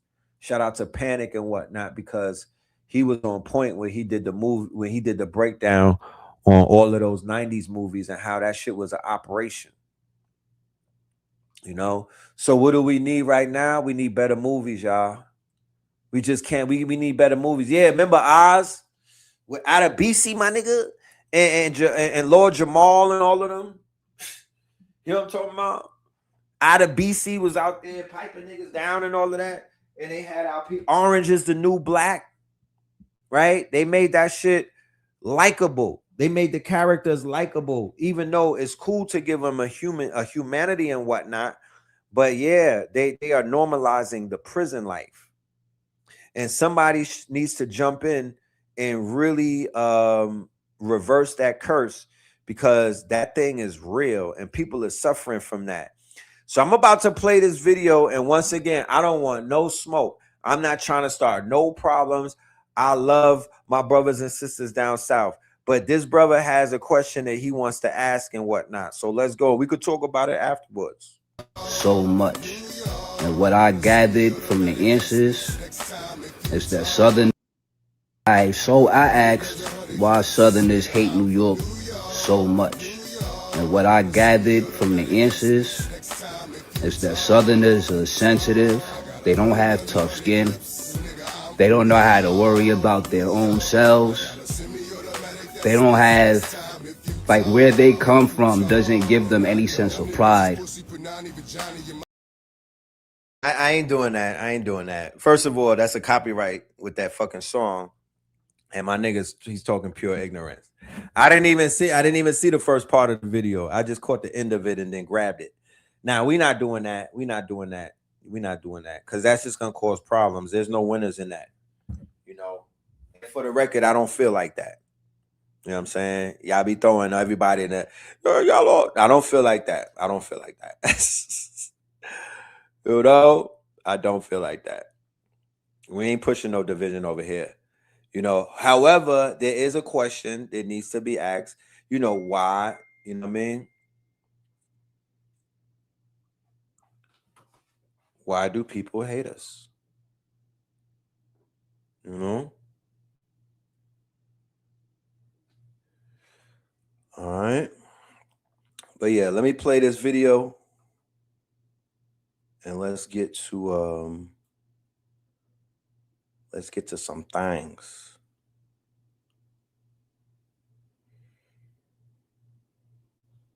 In America, right? And Americans don't really want revolution. They want basketball games and they want race wars, right? And it's really tiring living in America because every single day it's just more fucking bullshit, right? And so essentially Rick Chow is not guilty on all counts. And now Carmelo Anthony, you know, is going to go to jail for 35 years because he got jumped, and black people can't defend themselves. They can't run, right? I don't even know if they get the ability to live because, you know, we'll just send them to prison and force feed them. My only point is that I'm really fucking tired of living in America, right? And I can't imagine how tired black people are because this shit, it never ends, right? And so now we're just watching these old white people talk about like putting this UFC thing, we're making that permanent on the lawn now, and now our government's like making fucking they're working with Dana White to nothing makes sense, right? Like, you don't want a revolution, you want basketball and fucking race wars, right? And when that hits you, it's really fucking sad because we could scare these politicians so easily if we could channel the energy that we like use for games with balls in them. Like, we're adults. What are we doing with these sports? We're adults talking about cage matches for diplomacy and basketball. Like, when are we going to act like fucking adults? Your whole entire country is being taken over by a group of pedophiles, and you're posting about basketball. I have to remind myself, like, we are adults, right? And obviously we're extremely sick, like, as a society, right? Extremely. And I think we probably deserve to go extinct at this point. But the point is that, you know, Rick Chow can essentially shoot a kid in the back. You have a 14-year-old being treated like a fucking adult. If that was 8 fucking black kids that goddamn jumped a white kid, you know what would happen, right? And you're the problem. I want to strangle you because white people are going to make it about everything else because that's how they maintain supremacy, right? But I want to get in there and just fucking, we're adults, right? And these are kids. These are black kids and we are adults. And now we, like, well, do you see what the white adults are doing at the White House? I'm losing my fucking mind. White men are not acting like adults, right? And so no more old white men. Like, it's very fucking simple. There's no reward for being a good person in this society because we care more about basketball than we do politicians. What did you expect? The law was always supposed to send black kids to jail, and it was supposed to forgive white kids, right? It wasn't even punishable to kill black people up until a certain point. So white people, check your fucking self. All right. My only point is that, you know, I love you if you're trying to be a good person. I got in a huge accident Sunday. My whole life is fucked up, right? Like, it was a hit and run. I'm fucked. But, you know, thanks for being a good person despite all these fucking actual monsters. I love you so much. And stop saying you want a revolution, right? You just want sports. Have a good day. You're telling me next time the Knicks win the championship, that'll buy about a car? This is what. Remember we was talking about this Knicks thing, the 73 and everything, the 1973, how everything is looping and whatnot, right? Let's check this out to put it all into perspective. New York City was like the last time the Knicks won the NBA championship. The Twin Towers were just dedicated this year. Gas is 39 cents a gallon. You're telling me next time the Knicks win the championship, that'll buy about a coffee cup's worth of fuel? Some DJs are cooking up something new over here in the Bronx. They're gonna call it hip-hop. Computers are finally getting small enough to fit in one room. What do you mean one day everybody's gonna carry one around in their pocket? The Knicks are champs. The ABA's still around. There ain't no three-point line in the NBA. And you're telling me one day a 7'4" French kid is gonna shoot step-back threes? My rent's $200 a month. What do you mean that's gonna be my electric bill? Watergate's all over the news. Nixon's in trouble. Hopefully politics settles down by the next Knicks championship. So that was the temperature of everything going on, just to put it into perspective. But some weird shit is going on in New York, and I don't want people to overlook what's happening. So this whole thing with the manholes and everything, we were talking about it, I think about 2 weeks ago or maybe a week ago when we were playing the videos about people coming out of manholes. Well, that story now has grown legs. So one of the things that we don't want to happen is we don't want this bread and circus thing to completely eclipse some of the shit that's going on inside of New York City and whatnot. Because of course, while everybody is celebrating and doing what they're doing and whatnot, there's always something taking place on the other side, right? So when the left hand is going off, you got to watch what the right hand is doing. But check this out. Hey, some extremely bizarre news coming out of New York right now, where 71 Jewish children from a Jewish school have just been rescued from an underground tunnel. Now, this raises a few questions like how is 71 children ended up stranded in an underground tunnel? Hello? Like, if you ask me, we're living in a world right now where there is some crazy things happening and millions of children go missing every single year. So when we're seeing stories like this, where large groups of children, 70 children, and underground systems and tunnels, it raises a few eyebrows, doesn't it? Like, what was actually going on here? I mean, this is definitely one of those stories that makes you stop and think, doesn't it? Like, how does something like this happen? Either way, all of the 71 children have thankfully been rescued, which is the most important thing. Let me know your thoughts in the comments. Like, this is breaking news right now. 71 Jewish children found stranded in an underground tunnel. Obviously for the sensory reasons, as always though, just for entertainment, I'm as fictional as a dinosaur. You found 71 Jewish students in an underground tunnel. Hello? That sound Nicholas. Fuck is going on? Talking about, oh yeah, they were on a hike and then somehow ended up in an underground tunnel.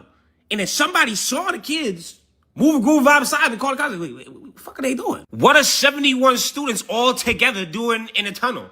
Oh, hike takes dangerous turn. What the fuck? You don't end up down there on a hike. That's not possible. You can't spawn in underground. It's one of these stories, like, I feel like, let's say it was 71 Muslim students found underground. They would look at that shit as like a fucking terrorist attack. Or at least national news. But nobody talk about anything. I have to find this out on Twitter. What's I mean? 71 students on a hike end up underground.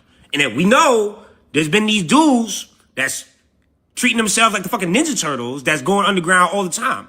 But now the 71 students, that's a random ad that I have questions. Some young girls, some kids, they were in the park, they got into the culvert of the creek and they started exploring, and then they ended up not really knowing where they were and they got a little alarmed.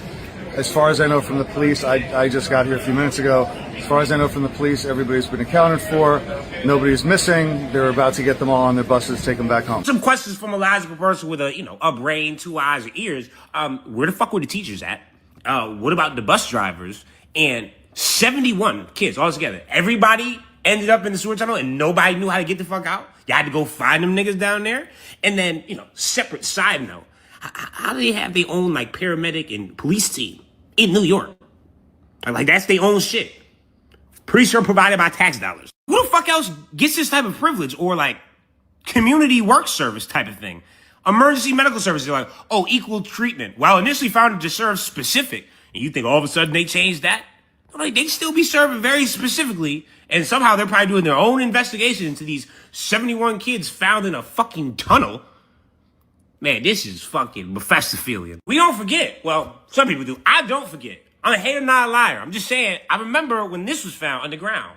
And nothing happened about this. Y'all was just, oh, we were just trying to extend our land, you know, with our synagogue. No, that's not allowed. You can't do that. You can't just start building and doing underground shit. Ruins the structure, integrity of the architecture. And the soiled bed. What the fuck is that? You know how long I've had my bed? Years, probably at this point. It's never looked like that. Ever.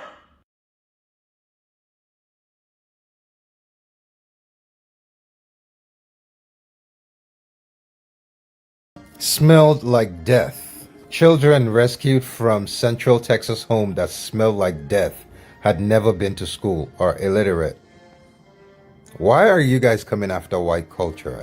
Again, I'm so glad Trump and judges are out here on doing this, because there's this concentrated attack on white. What do you mean smells like death? You mean smells like white people? Smells like regular white people? I don't get it. What is smells like death? Regular. Y'all need to stop. Let white men smell like death. Let them do what they want to do. Let them fuck their dogs. Let them fuck their children. Let them fuck their animal. Let them eat babies. Like, what is going on? This is white culture. Stop attacking white culture.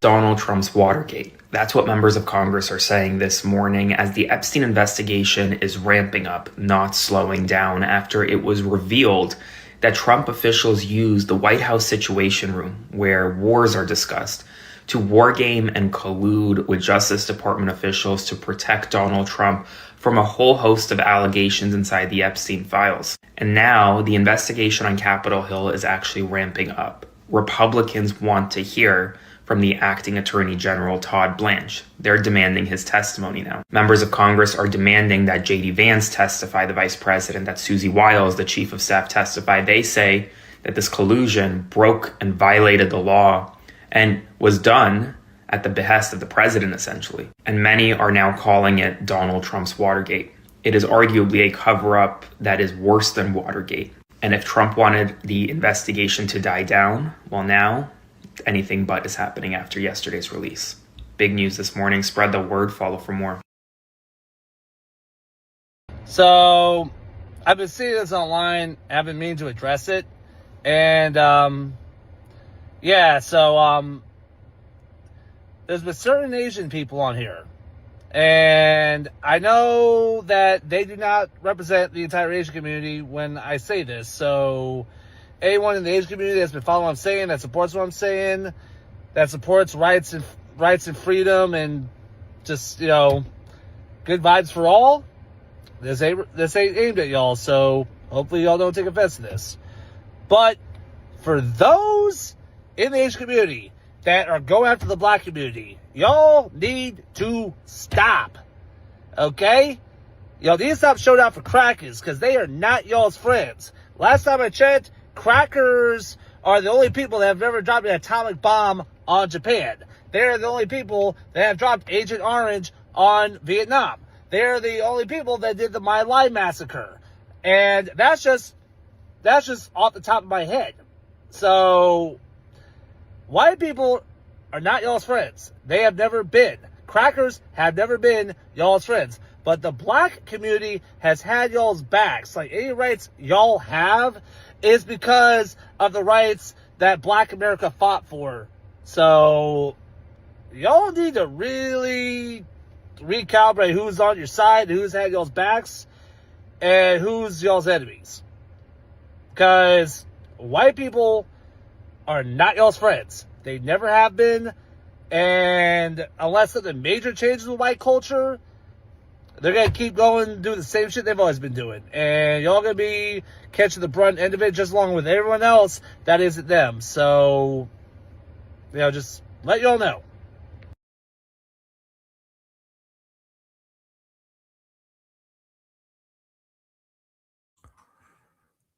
Yeah, I guess so. A lot of people are beginning to really wake up to their history. There's a lot of deep diving taking place in the socials like TikTok, YouTube, and everything. And people are popping out, you know what I mean? And they're putting the pieces together. You know what I mean? They're putting the pieces together and whatnot. And they're beginning to ask questions. So I'm gonna just share a few videos to show you where the people are at. They're literally probably where you were at years ago when you were discovering things and putting pieces together. We have the advantage of seeing people go through some of the things that we all went through and whatnot. And we get to we get to somewhat like, we could understand what we're seeing and whatnot. You know what I mean? But it's a lot of people now waking up. Check it out. This is just my theory, mind you, my theory. This is not a fact. This is my theory on who really came to America and who really were the slaves. Mind you, theory, just theory. So we're going to start with the fall of Granada of 1492. January 2nd, the last major Moor kingdom empire, whatever you want to call it, fell in Spain, Granada. Stay with me why all this matters. This really does matter. We're going to move down to March 31st. Mind you, all of this happened in the same year. 1492 was that year. So the Albrama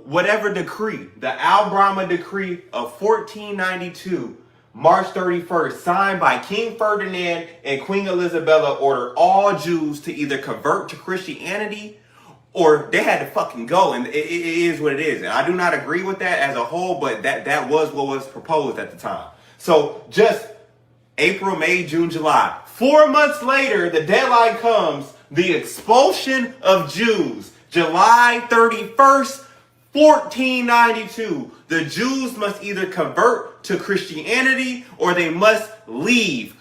Why? 3 days, y'all. 3 days. Christopher Columbus sails for the freaking Americas, y'all. August 3rd. So in 2 days in a wake up from the Jews having to be expelled out of Spain, Christopher Columbus goes set forth a journey for America. Now, I'm not trying to say this is a fact, but if you put 2 and 2 together, Jews had to leave July 31st. So in 3 days' time, just so happened Christopher Columbus with this massive crew set forth for the Americas. And I want to bring it all together why I wanted to bring up the Moors. Seville, Spain was the last major population of the Moorish religion, of the Moorish faith. They also were the first people to send slaves to America, folks, in 1501. This is documented. Seville, Spain. We have to start asking questions. I would love to do like a 4-part Moorish. And what I want to do is take a DVD that I did in 2012 and just get it digitized and upload it. It's like 12 hours. You know what I mean? It gives a whole Moorish saga. That story really needs to be told.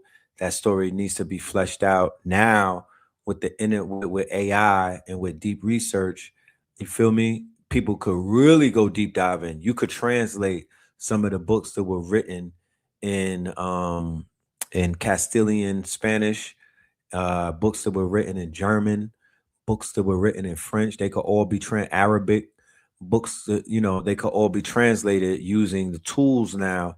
And a lot of those books that are inside of these museums and inside of these quote unquote, they're all up in Spain. I know they got a lot of information. You feel me? I know they got a ton of information that our people could use to decode. You feel me? But let's go. Lies, y'all. When I tell y'all it's so many lies, y'all. When I tell y'all it's so many fucking lies about our history, to the point where I don't know how anybody would ever be able to put it in a book, a movie series, a TV. I don't. When I tell you the whole fabrication of our history is a fucking lie. I go back, I keep going back and I keep going back and I just keep seeing black, and I keep seeing black, and I keep seeing black. So I'm trying to understand what was this combined effort to just rid us of all types of nobility, to rob us of our history, to just completely just not want the black people to know that we were excellent. So a lot of people who are on this journey, I feel that they got their journey got interrupted when they were turned away from, doing the research on the Moorish saga because they were forced to choose sides. You know what I mean? You remember those days? And they cut their nose off to spite their face because I promise you, it's almost like putting a puzzle together. If there's a huge part of that puzzle that's not there, then you don't have a complete picture. And when somebody is observing the puzzle from afar, they're going to see holes in the story, or it's not going to be a clear picture.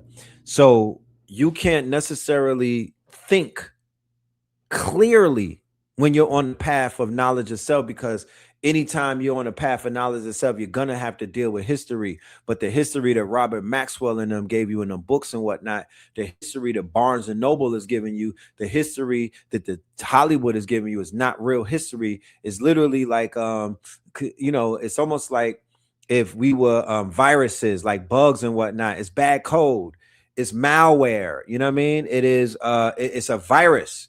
So when you put the pieces together, though, when you start doing the research and you go deep diving and you study and whatnot, it solves so many questions. I remember walking around when I was younger, I had holes in my mind, I had holes in my brain because there was holes in the stories. So because the story was confusing, I was living in a state of confusion. So my reality was Confucius and whatnot, and my interactions were founded in confusion and falsehoods. So what the hell do you think my reality was showing me and whatnot? My perception of who I saw in the mirror was a false one. So my reality was a false one, and I was attracting falseness, But once I was able to put the pieces together, once I was able to connect the dots and whatnot, that's when that's when my reality cleared up. That's when movies started to pop out and they were telling the story. That's when books started appearing to me.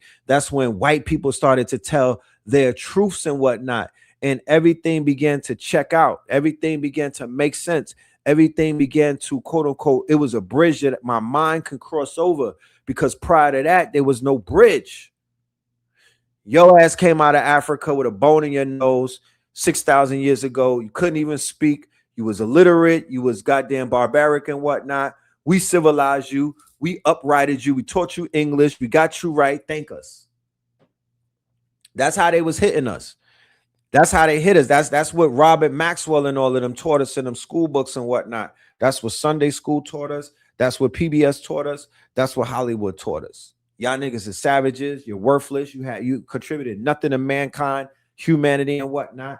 You was in jungles and whatnot. We had to whip your ass, kill off half of you, civilize you, put you in chains, put you in motherfucking camps and whatnot, put you on plantations, and y'all should thank us for that. America's 250 in a few days.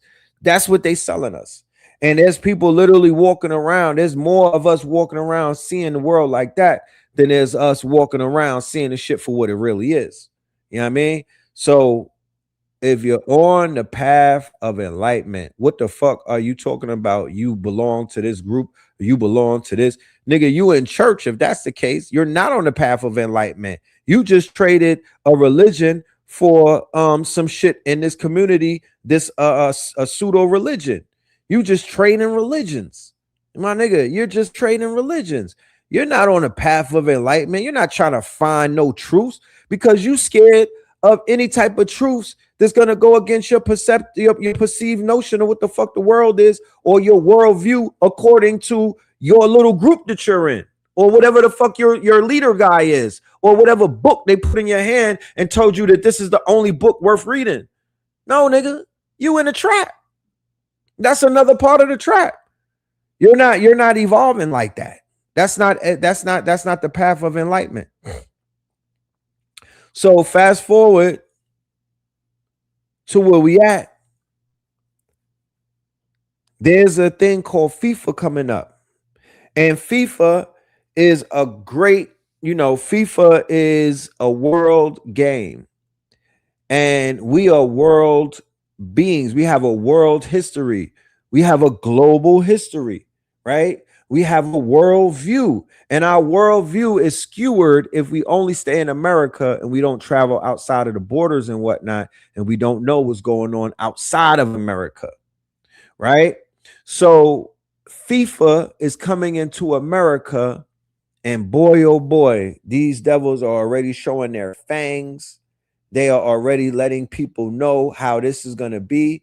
This is not going to be a good FIFA, in my humble opinion. This is not going to be, this ain't going to be something that is going to be one of the best FIFAs. No, not during Trump's reign of terror. Not in the Stephen Miller quote unquote Trump administration. No sirree, Bob. You know what I mean? They already wilding out. Check it out. Going to be one of the worst World Cups we've ever held in centuries. It hasn't started yet, but a lot has happened. In case you don't know, this is what has happened so far. Omar Artan, recognized as Africa's best referee, was denied entry into the United States at Miami International Airport. He held a diplomatic passport. He was set to become the first Somali to officiate at a World Cup. The reason? Vetting concerns. That's all they said. Vetting concerns. FIFA told him they couldn't do anything about it. They sent him back to Istanbul. The Senegal national team arrived in San Antonio, Texas, and was searched on the airport tarmac, not inside a terminal, on the tarmac. Players were forced to remove their shoes, open every bag, and get scanned with handheld metal detectors right after stepping off the plane. One player had the soles of his feet checked. This would never happen to a European team. The Uzbekistan team pulled up to Econ Stadium in New York for a friendly against the Netherlands. They were forced to hand over their phones, empty their pockets, and go through full-body metal detector scans. A sniffer dog was brought in to inspect their bags laid out on the ground. The Netherlands players walked right past. No screening, nothing. Iran had it worse. Several team members were denied U.S. visas completely. They had to move their training base from Arizona all the way to Tijuana, Mexico. Now they have to commute across the border for every single match and leave the country immediately after. A U.S. official actually said, and I quote, "We will not allow the Iranian team to abuse this system to sneak terrorists into the United States under false pretenses." That's an official statement about a national soccer team. Iraq's star striker, Ayman Hussein, was detained and interrogated for 7 hours at Chicago O'Hare. 7 hours. While the rest of his team cleared immigration just fine, the team photographer was denied entry entirely and sent back home. South Africa's national team was grounded for 24 hours because at least 20 members of their traveling party still didn't have their U.S. visas processed. Their assistant coach, team doctor, head of security, and performance analyst were all left behind. Japan, one of the most organized teams in the world, had to ditch their training site in Monterrey, Mexico, because the pitch was uneven, full of patches of dirt. They had to move twice in 2 days. First from Tigres UANL's facility, then from their backup field, before finally landing at Club Monterrey's ground. This is days before the tournament starts, and the fans, Senegal and Ivory Coast, are on the U.S. travel ban list. Dedicated supporters who traveled to Qatar 2022, who follow their teams everywhere, are now being told they can't come. An Ivory Coast fan leader called it segregation. He said no European country has faced this kind of restriction. That's crazy. That's crazy. You know what I'm talking about? Any black person that feel proud that they doing shit like this, you part of the problem. You know what I mean? That's crazy. So yeah, they're staining the whole spirit of FIFA. The NBA finals, as with all of the it's not perfect, it's bread and circus, but shit, to me it's a better feeling than what the fuck I see going on with this shit. It's gonna be a shit show, and they are going to try their best to make sure teams like Argentina and all of these quote unquote colonizer countries and whatnot get an advantage as they throw off these melanated teams energy,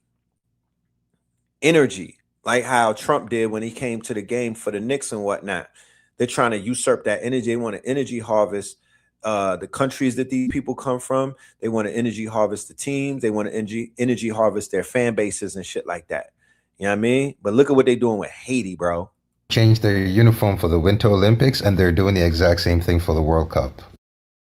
So they made Haiti change their uniform for the Winter Olympics, and they're doing the exact same thing for the World Cup. Breaking, Haiti national team will have to change its uniform for the World Cup. FIFA has asked CETA, the company responsible for the uniform's design, to alter it due to potential political messages. Haiti's jersey features a design of the Battle of Vertières from 1803. The battle was considered decisive for the country's independence following a conflict with France. You can't have black people posting, having images of how they defeated white. See, I've said this, and I hope black people understand this. Haiti is a symbol. Haiti is the first black free country, but not just the free black country. Haiti is the only black nation that violently took its independence. Every other African country or black country around the world was given its independence. Haiti is the only country to violently take its independence. So, because of that, every non-black nation, especially white people, have a point to make. They have to make sure Haiti is never developed. They have to make sure Haiti is a fucking example to every black nation. If you violently take your country back, your future will look exactly like Haiti. Look at Zimbabwe. When Zimbabwe took back all their land, what was the thing that Europeans did, and the World Bank and the rest? They being that they still control Africa, they made sure no other African country dealt with Zimbabwe, and they stopped buying Zimbabwean products. What happened to Zimbabwe? Zimbabwe's economy tanked. Zimbabwe was destroyed. So today, when you talk to any black South African about taking back their country from the whites, the first thing they say is, we don't want our country to end up like Zimbabwe. So they would rap, because they believe if you take it back from the whites, there will be consequences, and the consequences is we will end up like the Zimbabweans. I kid you not. You don't know how many times I've seen that in my comments. But yeah, crazy shit, huh? Content creators and influencers that they can face deportation during the World Cup. The Trump administration is now issuing a warning to foreign content creators and influencers that they can face deportation during the World Cup if they're coming in on a tourist visa for the purpose of generating content. According to El País, new guidance issued by the Department of Homeland Security has confirmed that the administration will be cracking down on individuals on tourist visas who come in for the purpose of making content and, by virtue, generating income. And if you do that and you're caught, you can have your visa canceled and you could be deported, restrictions on future entry, and more. Instead, if you want to be a content creator coming in for the World Cup or for any other reason, you have to get a different type of visa specifically designated for work in the United States, not a tourist visa. But the Trump administration is going to be cracking down on this and will be checking at customs when you enter the airport, specifically looking out for foreign influencers, especially during the next couple weeks as the World Cup kicks off. We'll see how it goes, and we'll see who's deported, if anyone. Spread the word, follow along for all the news you need to know about. More to come soon.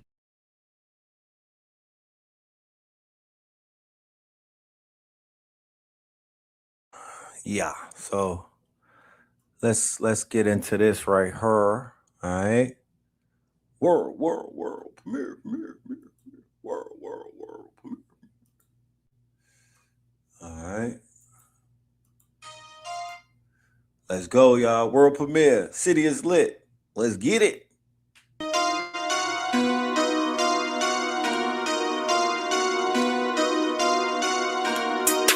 City is lit.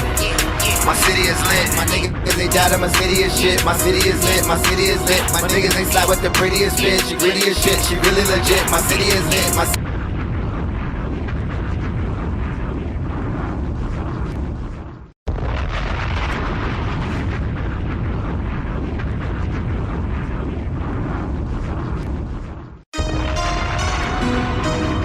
Shout out to New York. Shout out to the Knicks.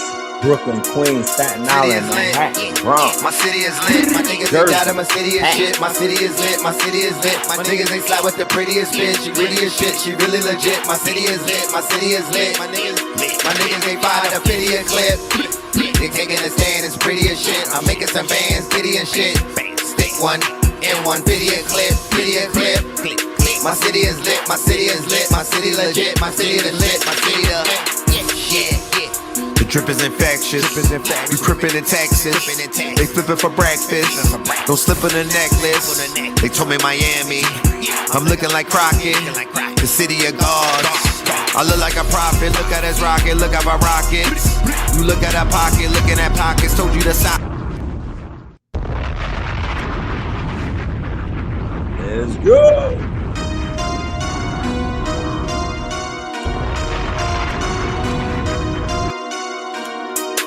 City is lit. My city is lit. My niggas ain't doubting my city is shit. My city is lit. My city is lit. My niggas ain't slide with the prettiest bitch. She gritty as shit. She really legit. My city is lit. My city is lit. My niggas ain't fired a pity a clip. They taking a stand. It's pretty as shit. I'm making some bands, pity and shit. Stick one in one video clip. Video clip. My city is lit. My city is lit. My city legit. My city the lit. My city the yeah. The drip is infectious. We crippin' in Texas. They flippin' for breakfast. Don't slip on the necklace. They told me Miami. I'm looking like Crockett. The city of gods. I look like a prophet. Look at us rocket. Look at our rockets. You look at our pocket. Looking at pockets. Told you to sock it. The cookout is poppin'. Brooklyn to Compton. Cookin' to Bompton. Dance with the wolves. Walk with a purpose. Talk with the serpent. Walk with the merchants. Walk with the merchants. I'm so Kings County, Beanie versus Bounty, legendary weed gates, hit that Linden and that Powell up. First time we lit that sour up. City is lit, my city is lit. My niggas ain't doubting my city is shit. My city is lit, my city is lit. My niggas ain't slide with the prettiest bitch. She gritty as shit, she really legit. My city is lit, my city is lit. My niggas ain't fired a pity a clip. They taking a stand, it's pretty as shit. I'm making some bands, pity and shit. Stick one in one video clip. My city is lit, my city is lit, my city legit, my city legit, my city is lit.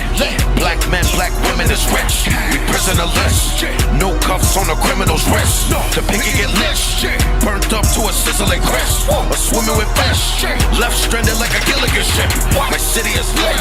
All we listen to is Biggie and Kiss. I dribble and swish. Niggas get a metaphysical shift. My city is lit. Poker table with unlimited chips. A digital bricks. Gold on me like an Indian prince. City is lit. My city is lit. My niggas ain't doubting my city is shit. My city is lit. My city is lit. My niggas ain't slide with the prettiest bitch. She really as shit. She really legit. My city is lit. My city is lit. My niggas ain't fired a pity a clip.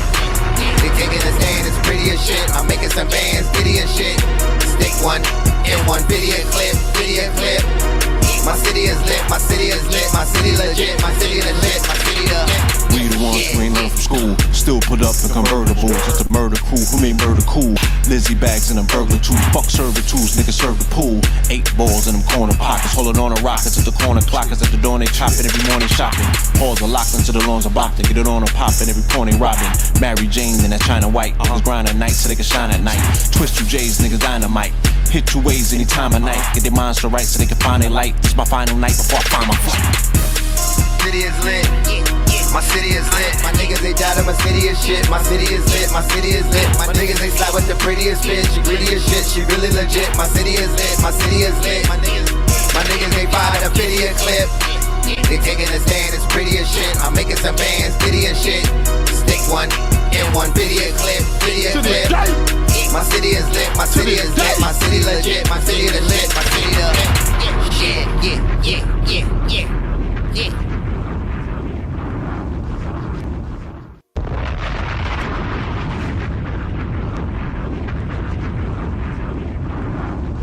Just came back down from 30, and as a cop, you want to go and be aggressive in the streets? You're wildin'. Like, hush, stupid dickhead. Fuck is wrong with you? And that's self-defense. I'm gonna need that. What you mean? He pushed me 3 different times for no reason. I was standing on the sidewalk. Next thing you know, I thought I was about to get attacked. What? Hush, fuck. Dropped his ass. You not supposed to be no cop. if you don't got hands and you a bitch. You supposed to be in a good mood, cheering with everybody. New York just won. Niggas want to be aggressive. Now look, no, dick can't get knocked. Now that's over. Let's talk about this game. That was one of the best things I've ever seen in my life. De'Aaron Fox, you need to be held accountable, my nigga. What the fuck were you thinking? Jesus Christ. You dribble that bitch out. Everybody know you up one. Bro, like dead ass, like, there you go. That's all you had to do. Look at that. They wouldn't been going back 2-2 to San Antonio. You tweet. Matter of fact, Miss Johnson, you should be fired, my nigga. Call a timeout. The fuck is wrong with you? You see them niggas coming back, and they're right here. I'm confused. Why did y'all just let OG move Groove Vibe slide unattended to the basket? That nigga's wildin'. Next finals victory, though, that may be the only thing that we have as the chance to help this world out and cure of whatever the fuck is going on. There's a lot of fuckery happening. This is the only positivity in the world. Play the game really come down to Cat, though, because if he ain't tip this pass, that's the perfect Wemby decoy, backdoor lob, game over, 2-2, they going back to San Antonio. Knicks even got WWE superstar Erica Kirk on her side. What a clutch ending for the Knicks tonight. It's like, damn, I wonder if she celebrated with some sparklers. I know the Falcons is hype as fuck that somebody just took them for the worst blown lead in the fucking world. Because I don't know if we ever gonna see some fuckery like this shit happen again. Yeah, you up 20 with 10 to go? Oh, nah, son. That flight back, silence. Because New York gonna want to hang this bitch in a loo. They're gonna be like, hey, nah, we need that in the fucking museum. Man, what? Mona who? Mona Lisa, man, fuck her. Got OG right there. You understand what the fuck happened with this? Yo, sleepy ass at the crib, gang. Don't say nothing else. Now, NYPD, if the Knicks win in 5, you know the streets is going to be iniquitous out there. Don't be aggressive. Be happy and celebrate, or else you gonna get your ass beat. That's all I'm saying, son. Just celebrate with everybody. Why you gotta act like you tough? You not tough. You got a badge on, which makes you think that you tough, and then gives you these ridiculous rights. That's self-defense. Knocked in the next week. A little follow-up on Carmelo Anthony's case. Keep y'all in the know. All right.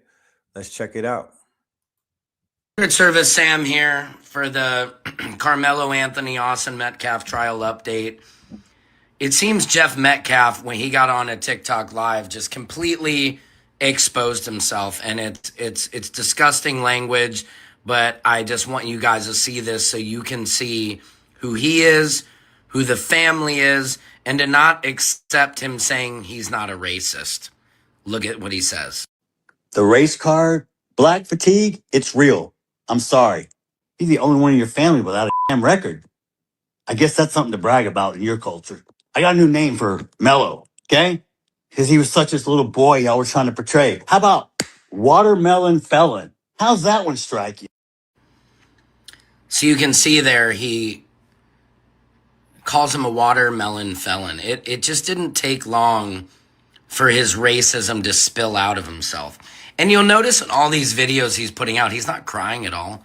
He doesn't seem that emotional about what happened. I would imagine as a father, I wouldn't be able to get on TikTok live and talk all this trash without getting visibly crying. But he keeps going on. So if you want to talk about stolen land, yeah, that starts here. We were here before y'all were. They took all our land and put us on a reservation. They just brought you guys over on a boat. Works for you? Hey, man, that's your gift. Shout out to Original Black God. And, you know, it's like the war that we're fighting is one of ignorance, right? And it's all good. Everybody has the right to be ignorant. Like, for real. You cannot force intelligence on nobody. But when you really sit back and see what's going on, it should even invigorate you more to support anybody that's trying their best to put your story out there and to clear up the confusion and to bring some type of truth into the game. Because real talk, like, people are going to stand on their lies till they die. They're going to die on that hill.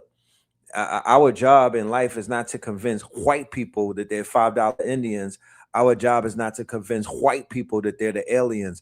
Our job is not to convince white people that they've been lying the whole fucking time and that they've been lied to themselves. You know what I mean? Respectfully. You know what I mean? I tell all of my white friends all of the time, you know what I'm saying? Do you know how much you've been lied to?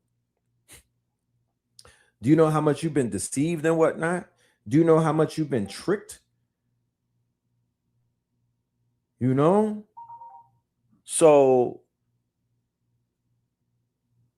my job and my purpose and what I'm really focusing on is to educate our people, no one else, because everybody else, they'll get it when they need to get it, but our people need a foundation. They real talk, like intellect is like a weapon.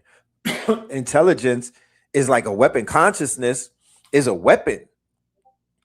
So my job is to assist my people in as much of a weaponized state as I can, to weaponize them with the truth, to weaponize them with rebuttals when they hear stupid shit like this, right?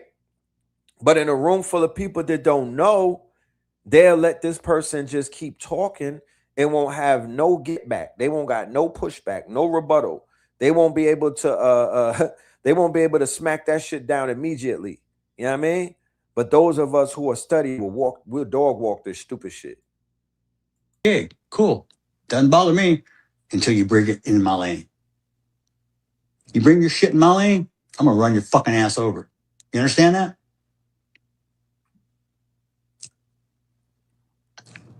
Don't underestimate old man. This is all appalling to me. That sounds like something that Triple K used to say back in the day. And I'm not surprised at all. But I want to let you guys know my mission is to expose all of their secrets. Secret Service Sam out, Samson for president of the world.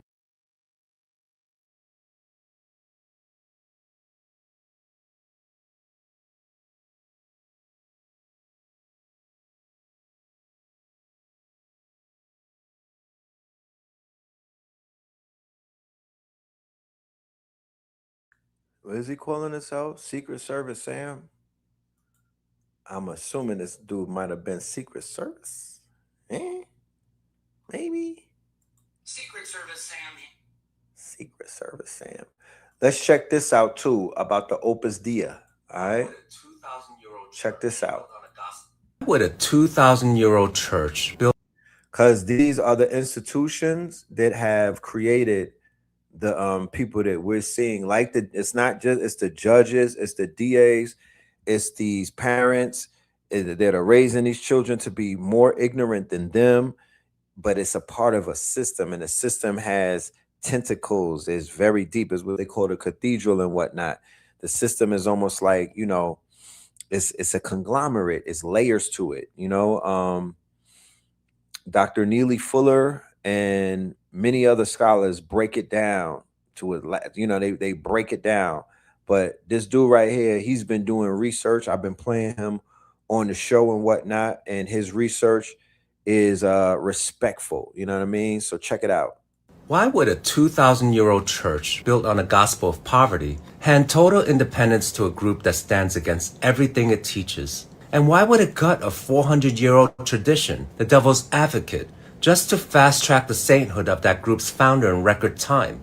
Most people assume Opus Dei is a religious order, placing them alongside the Jesuits or Benedictines. They aren't.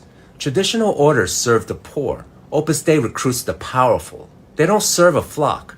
They harvest the shepherds, teaching them to wield influence, shape policy, and impose their agenda on the population. And to do this, they needed a shield, the absolute legitimacy only the church could provide. And when their members meet with their priests, it isn't a traditional confession. Former members describe these as accountability sessions, focused on professional and recruitment goals. They're not there to repent. They're there to ensure their professional ambitions stay on track. The priests aren't there to guide them toward humility. They're there to sanctify their power and call it God's will. In 1982, the Vatican was caught in a $1.3 billion criminal scandal. Robert Calvi, God's banker, was the primary middleman for the Vatican's secret money, the Mafia, and P2, a clandestine shadow government that had infiltrated Italy's elite. As his bank collapsed, Calvi signaled he'd expose the entire network if he wasn't saved. He was found hanging from a London bridge with bricks in his pockets. His widow later revealed he was in London to negotiate a deal where Opus Dei would take on the Vatican Bank's debts. He was killed before the deal was done. That same year, John Paul II gave Opus Dei what no organization had received in 2,000 years, a personal prelature, a shadow diocese accountable to no bishop. 55 of 56 Spanish bishops, those who knew Opus Dei best, opposed it. The Pope overruled them all. The Vatican denied everything. In 1983, John Paul II gutted the devil's advocate. With that office gone, witnesses who opposed Escriva weren't called. He was made a saint in just 27 years, the fastest in modern history. They secured a prelature that placed them above church law, and a saint who placed their founder beyond question. The shepherds they harvested are now sitting on the Supreme Court, writing the policy agenda, and running the machinery of the federal government through initiatives like Project 2025. In Part 12H, we follow the money and show you what the Vatican was so desperate to hide. Hit follow and share this video before the algorithm buries it. Now, I came across this video that was interesting, and it was talking about the rapper Lotto. And I don't really listen to Lotto's music, you know, but I do remember coming across a video before where she was explaining that she didn't know what mulatto was because, you know, she first came out and her name was Mulatto. And then she tried to play somewhat of I ain't gonna say ignorant, but she tried to play dumb. And they were like, you need to change your name. And she was like, I didn't even know what Lotto mean. And I was like, I was listening to her and I was like, is that a black scent? You feel me? Like, does this girl literally have a black scent? And as I heard her, and then I saw, and I started seeing other people who look like her talk. And when they try to talk, they had the same type of tonality in their voice and whatnot, like black scent, like what's the girl Travis Barker daughter, Alabama Barker, and things like, you know what I mean? Like there's this whole trend with these white girls that be having like finger waves and whatnot, or like baby hair and the lip fillers, and they have a black scent, you know what I mean? They got black scent, you know what I mean? So I seen this video and it was interesting because the girl was kind of calling her out on her black scent. So I don't want to start no trouble with nobody. You know, I just figured that it would be a good question that she raised, and maybe, you know, maybe y'all can answer it. Who has white mom syndrome? Bad enough she's doesn't even fuck with her dad, and he's probably anti-black too, but that's another conversation. I mean, if you let your daughter call herself a slur, I don't know. But yeah, Lotto has white mom syndrome, which a lot of biracials have. A lot of the mixies have. And this is the dichotomy of, oh, I have a white mom, however, I exist in a black body. And in Lotto's case, she benefits from colorism, fetishizes dark-skinned men, but in turn wants to be perceived as if she is from the hood, so she could create this false proximity to black people and the black people around her. So she doesn't have to have the I'm too black for the black people, for the white people, and I'm too white for the black people conversation. So in order for her to eliminate that conversation, she rather create this false proximity to the black people around her, specifically the monoracial black people who are unambiguously black and who exist in these spaces, grew up in these spaces, and do not have to cosplay being from these spaces.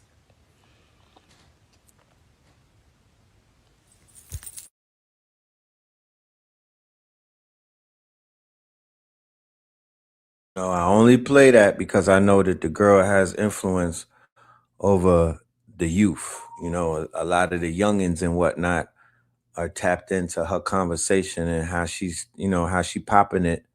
So yeah, you know, it is what it is. You know what I'm saying? People are going through their identity crises, and that's not a crime. You know, that's not a crime. You know, it isn't a crime. It's a reality in America that these children that come out of these households where they have two bosoms in their chest and whatnot, they've been seen to be in somewhat of a dichotomy. It's almost like a quagmire, you know. But yeah, she was just calling that out and pointing that out. I picked up on the black scent. And I'm like, damn, why, you know, what's all of that? You just speak your regular tone. Like, what the fuck? Why you gotta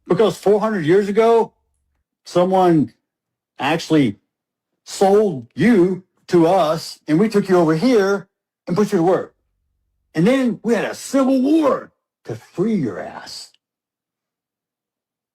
And now you want to talk shit. Oh, I've been so oppressed. You couldn't even vote 1960. Look how far you've come. Look at all the free shit we give you. You're not oppressed. You're fucking entitled. You know what DEI stands for? Yeah. It means I don't have to be fucking qualified. I just have to be a certain color or a race or. And I wouldn't even be triggered by no stupid shit like that. This is literally a Fox 5 conversation. This is a MAGA talk. This is a MAGA TED talk. You know, this is just QAnon, 4chan, 8chan, and all of that. Basically without the anonymous blacked out screen and whatnot. That's with the camera on. So if they feel like that, it's on them. But it goes back to what I was saying earlier about the ignorance. You see the false narrative that they always turn to. You see the malware that they're running off of. Do you see the quote unquote viruses that are that powers them? Right? They have a skewed history of who the fuck we are.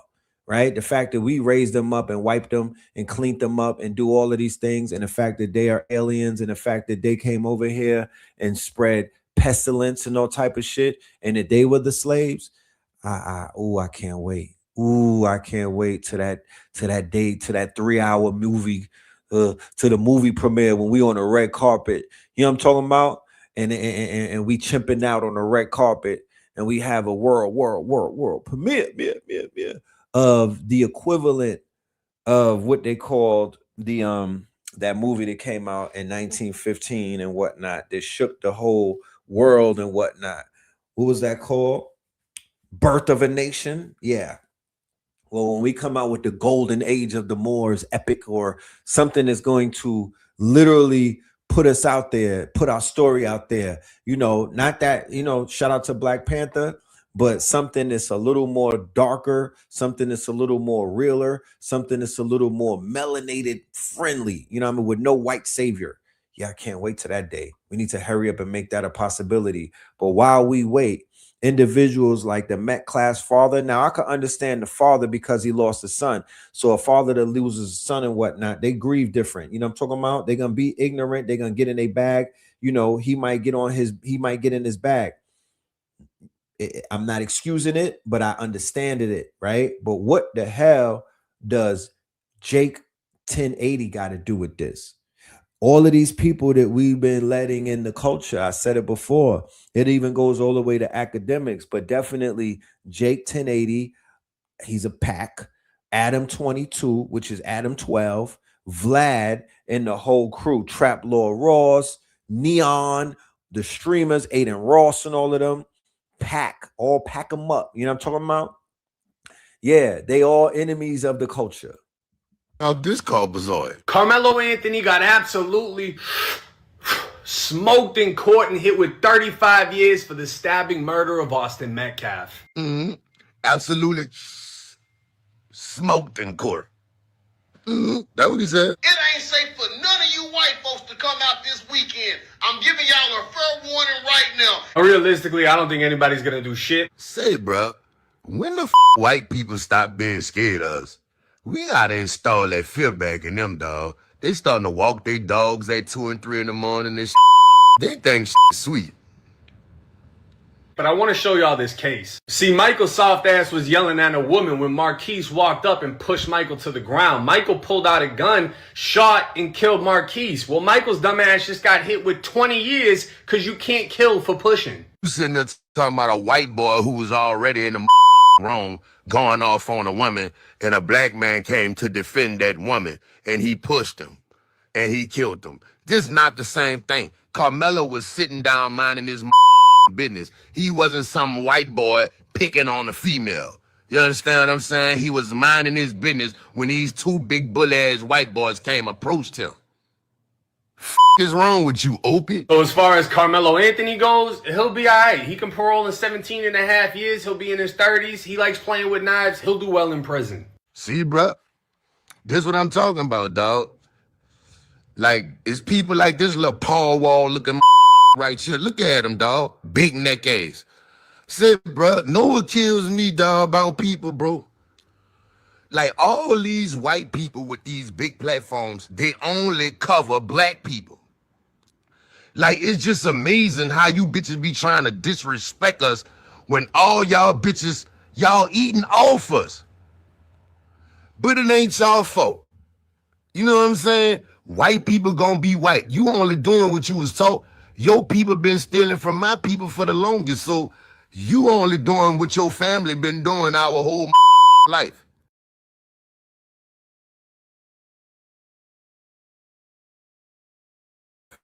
I want to hear from his parents. I want to hear from Carmelo's parents, respectfully, right? Before we hear from his parents, let me just share something. This is what we don't need to be doing, right? I don't know what exactly everybody should be doing, but we don't need to be doing this.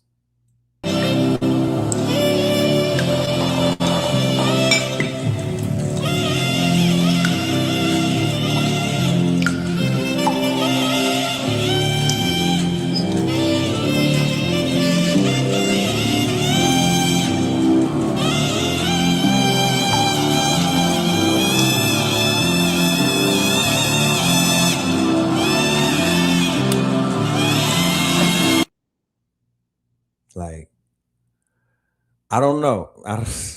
I know that when I know that the break dancers, they used to dance against each other instead of, that's how break dancing started.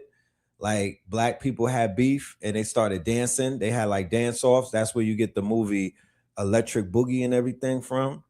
But this ain't the way, fam. I mean, what is he doing? What the fuck is this? Ricky, what is this, Ricky? What is this? This is what happened with George Floyd when they were twerking and whatnot. Yes, is this Beat It? Is this a cutaway scene in Beat It? Look at Shorty in the back from Carbonation. Look at Shorty in the back. Are they spirit cooking? Like, I don't know. Are they putting them in a bag or something? I'm not. Yeah. Just stay away from these people if this is all you finna be doing. You know what I'm talking about? Yeah. Tell us, who is he? What kind of person is he? What kind of son is he at home? He is a wonderful son. He's a wonderful student.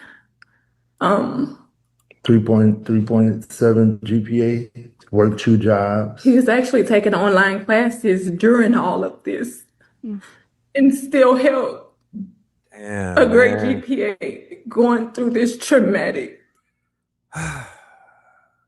Best thing I could tell mama is that he alive. You understand? There is a second chance because he has his life. Even though he's going to be away from you for a little while until the appeal kicks in, your son has his life. You feel me? He has his life. I don't like to see this, man. A mother crying like that, she is touching my soul right now. However, it's all gonna be okay. God is on that young man's side because literally he basically preserved his life. He protected himself and he will be rewarded for that.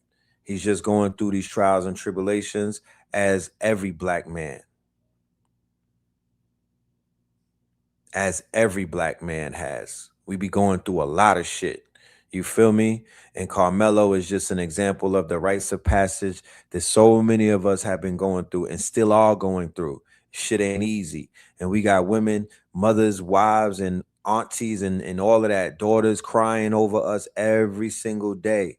But this is just a glimpse, ladies and gentlemen, of what this shit look like. They don't want to show you the ugly side. They don't want to show you the side. They just want to show you the glitz and the glamours and all of the other stuff. But they not showing you this side when mamas is crying. because even with the Carmelo situation, it's unfortunate, but there is a situation going on in our neighborhoods where black mothers are going through it every other day, and their children have fallen into the hands of other children that look like them and whatnot. And they're not getting the type of media attention and compassion from black people, like when a child is involved in something and there's another race involved, like the Mr. Child and whatnot with Cyrus or with Carmelo. But when it's black on black, these mothers don't even have the community to console them like that. They don't get the type of press. We got to wait for something to happen between the races and tippy toe on that race riot or that race war, tightrope and whatnot. You know what I'm saying? But yeah, man. Yeah. For Juneteenth, we're gonna be doing something in Atlanta with the promoters of Juneteenth. We're gonna be doing something dealing with the rise of violence and whatnot. We'll be in Piedmont Park, the very place where a young melanated teenager at the age of 16 lost her life on 404 Day. We're gonna go back into Piedmont Park for Juneteenth, and we're going to raise the vibrations, and we're gonna bring some parents on stage to talk to the audience.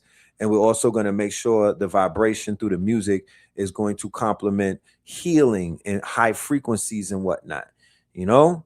So yeah, let's go back to the mama. You know, you're saying that as you were watching the trial, as you were in there, you know, you didn't want to question the process. You wanted to let it play out. But was there at any point that you felt the outcome was heading in this direction? No. Everybody lied. One girl made up a lie, said it was over a race. That my son just walked up. This how crazy this is. Yeah. One girl sat on the stand and said, yeah, he just walked up to him and said, what, you want to race? It didn't even make sense. Then they asked her, did you lie? She was like, on the stand. Even when the one kid who was the corporate of all this, meaning the kid who invited him to the tent, he lied on the stand and said he didn't even know him. And they had pictures with his grandmother. With his grandmother. Like, here's your grandmother, my son, your grandmother. Their whole family got multiple time, played basketball together, all kind of different things. And I mean, all of the witnesses' statements and stories were inconsistent. So we thinking that the jury is going to notice that. But they already had their mind made up when they sat in that courtroom. Their mind was made up already. How big of a role do you guys believe that race played into how this case was publicly viewed and how this outcome, this sentence was handed down? It played a big part. Race, politics, all that. I'm like, man, the kid don't even vote. How he got into the party? It was a ladies talking about the left side and the right side. Like, what? These are kids. They put I feel like you had a certain group that of course, they go blame us, that strategically made this about this because they knew they could do that smear campaign. Like they said, we went and bought a new car and house. Yeah. And it hurt with me without my people. My people really believed instead of them going and doing their proper research. They had people really bashing us. I'm like, y'all really believe that? Who could buy a house in 4 days? Buy a house in 4 days. They said we was going on extravagant trips. It's a lot of things that they did to us that just, I'm so glad that they getting to clear their name, because boy, oh boy, you know how our people are. They didn't waste no time.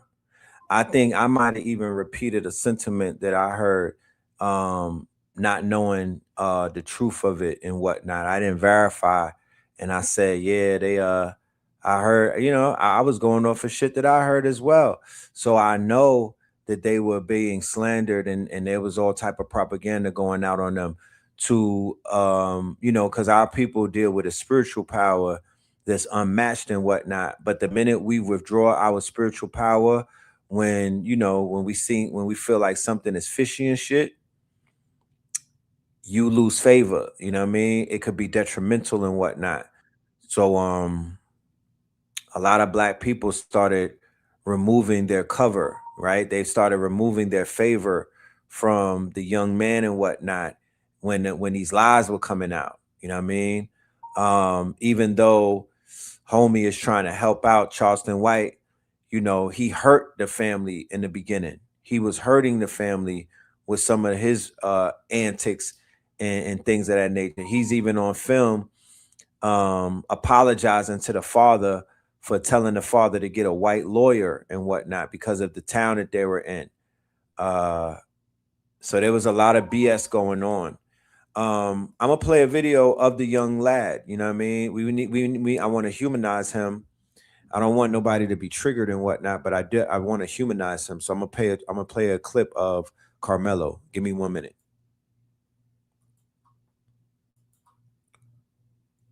They got this boy seeming like he's this murderer, animal. I can tell, like, talking to you right now, like, you're a good dude. Thank you, bro. And like, just like you're like, no matter what you do, even if God forbid this doesn't work out, you're gonna be fine. You're gonna be a good dude. Thank you, bro. Yeah. That means a lot. Alright, so like, let's say we are gonna watch one of your videos tonight. What would it be? Like, give me one. What you say, bro? Yeah. What's your favorite one? To the right, maybe. A little more to the right. See the TV at least. Nah. Yeah, this is our tailgate, so a little more to the right so I can see the fucking TV. Oh shit! Hey, bro, you don't gotta talk to him like that, bro. He didn't. I'm just saying, maybe. Hey, could you just move, bro, please? No, hey, bro, it's okay. Just move. He doesn't mean like. It's okay, move, I but don't mean to be a but I know, but you ain't talk to him like that, bro. I'm saying this my guy though, bro. Like, no, bro. You cursed at him and stuff, bro. Hey, we're good. I believe this is the video where they were showing everybody in the jury, and it was wild grainy. I think this is the video where it went down at. You said that ain't Carmelo? Who is that then?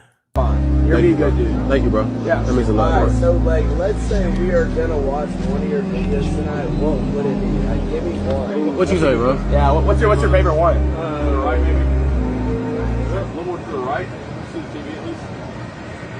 Nah. Yeah, this is our tailgate, so a little more to the right so I can see the fucking TV.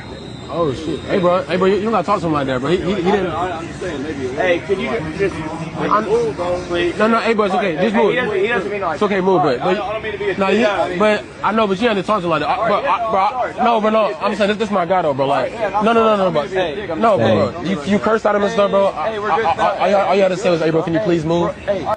Melanated men in these places like this, right?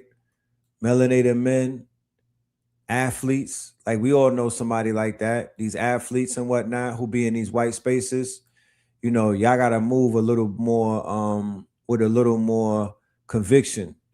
You feel me? Y'all have to move with a little more conviction because it's been you know, it's kind of apparent that y'all sometimes are in danger and don't even realize it. You know, you're around people who you give this open trust to just because of your, you know, your athleticism and stuff like that, but they literally can't stand you. You know what I'm saying? They women is choosing on you, you know, athletically, you may be more superior. So there's all type of plays going on that you might not even realize, and they want you to crash out. You can see 4 boys walk up to Carmelo, who's under the tent minding his business. Now, there was 4 boys and a few others, he said. A couple of the others were distracting the coach while they jumped Carmelo. He said it was really in the rain delay. The twins and a few of their buddies, 4 of them and 3 other ones, one distracted the coach, and they surrounded Carmelo. A few seconds later, they jumped him. Austin pushed him. The twins were in the middle. They were all jumping Carmelo. Hunter said Carmelo threw his bag. That is not true. Hunter grabbed his bag, but it shows they threw his bag away. And under Texas law, you just have to fear for your life. Did you say I put a random video up acting like that's Carmelo? He. The fuck you talking about? Did you just hear him saying this is the video? The fuck? I can tell, like, talking to you right now, like, you're a good dude. Thank you, bro. And like, just like you're like, no matter what you do, even if God forbid this doesn't work out, you're gonna be fine. You're gonna be a good dude. Thank you, bro. Yeah. That means a lot. Alright, so like, let's say we are gonna watch one of your videos tonight. I mean, I'm guessing this is it. I'm not 100% sure. Okay, but that's what homie said. Look. And see 4 boys walk up to Carmelo, who's under the tent minding his business. Now there was 4 boys and a few others, he said. A couple of the others were distracting the coach while they jumped Carmelo. He said it was really in the rain. They start hitting Carmelo. Carmelo tried to get away, but Austin pulls him in by the hoodie, he says, and they pulled him back under the tent. Austin then put him in a headlock. Carmelo got away, and then you see Austin grab his chest. But all the stuff about Hunter rendering aid, holding the blood in, was a lie, because he says the coach grabbed him away and pulled him out of the scene. Here's the black dude. All that stuff about him rendering aid and holding his heart, and not, he never did that because the coach grabbed him and he was holding him. So at the end of the day, that's kind of where the moment went. But they did assault him, and we'll just play the game. Even if it was just a push, you still assaulted him because it was unwanted. By your own definition in your word of him saying that leave me alone and I'm not going, you assaulted him, period. But they did beat him. And if you look at the, not the photo that Fox 4 put out, because that was one that they actually edited. I have the emails to prove it. But the actual Collin County one, you can see the webs and stuff on his eye. You can see the bridge of his nose is swollen. You can see the webs under his neck. And so that's the reason why they edited the one from Fox and kind of airbrushed it. And you can see they put the locks of his hair that got taken out as well. Yeah, so, propaganda is propaganda. Yeah, the twins are like Shaq. Yeah, Carmelo was small, 135, and the Metcalf twins. It's twins. It's 2 of them. I believe they were some big ass 200 pounders, 6 feet, I believe. You know what I mean? The big country boys. So yeah, they were whooping on him. You know what I mean? They was whooping on the boy. And they're hiding the tape. They don't want the public to see it, as with every other tape that they hide from people. But that's just to give you some insight as to what is going on and how he could be eligible for this appeal. Everybody is basically weighing in or hoping for this appeal to take place. You know what I mean? So he could get his justice in another in a court of his peers, right? A jury of his peers. Of Carmelo Anthony. Carmelo Anthony was involved in an altercation in Texas with 2 young white boys, and he stabbed one of the white boys. But number one, his brother is going to have to live with that. Love that for them, because he knows the truth.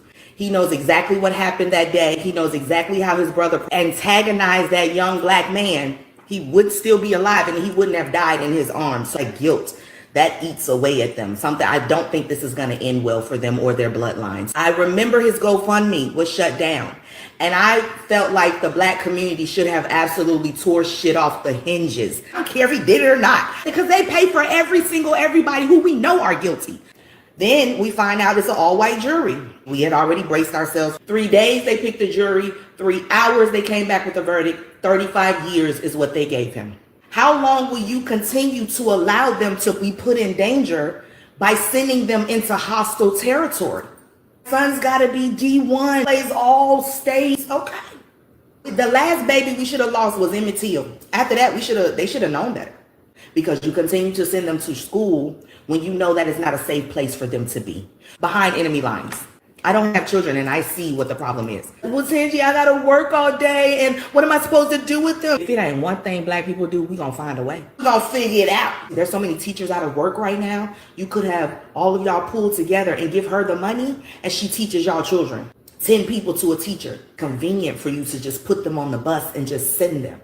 If you can't take care of your children, stop having them. If you keep sending them to school in an unsafe environment and they're not learning anything, they're actually stupid.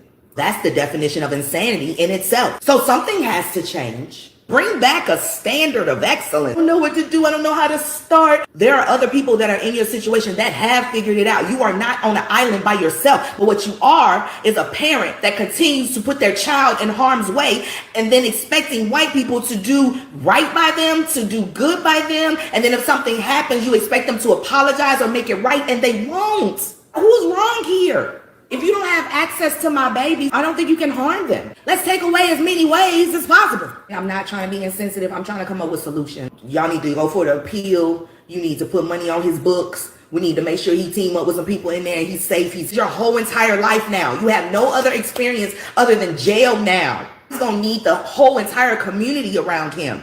Going forward, y'all need to take y'all fucking children out them goddamn schools from around them goddamn white people for self-defense, because no one else can prove to me otherwise that it wasn't. It was 2 against 1 at a minimum.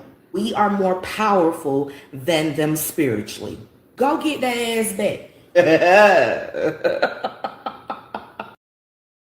Dr. Jawaza Kunjufu has a book about the conspiracy to destroy Black boys. And it's typically society starts to pull away from them. Imagine being so cute and then suddenly so threatening. Yeah. George Stinney Jr. in 1944 was wrongfully convicted and executed at the age of 14. He's actually the youngest person to be put to death in the 20th century in the U.S.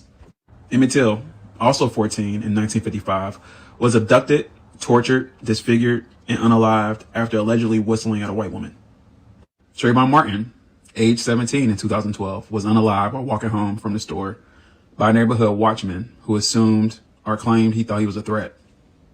Tamir Rice, age 12 in 2014, was fatally shot by a police officer while holding a toy gun.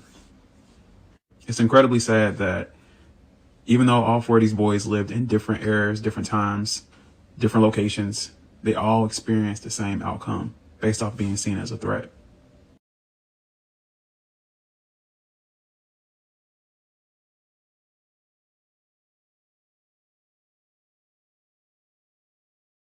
As to the charge of murder, not guilty. Fine number 302, foreperson, June the 1st, 2026. Madam Floor, the official verdict and the verdict of the entire jury. Thank you. My children are Black.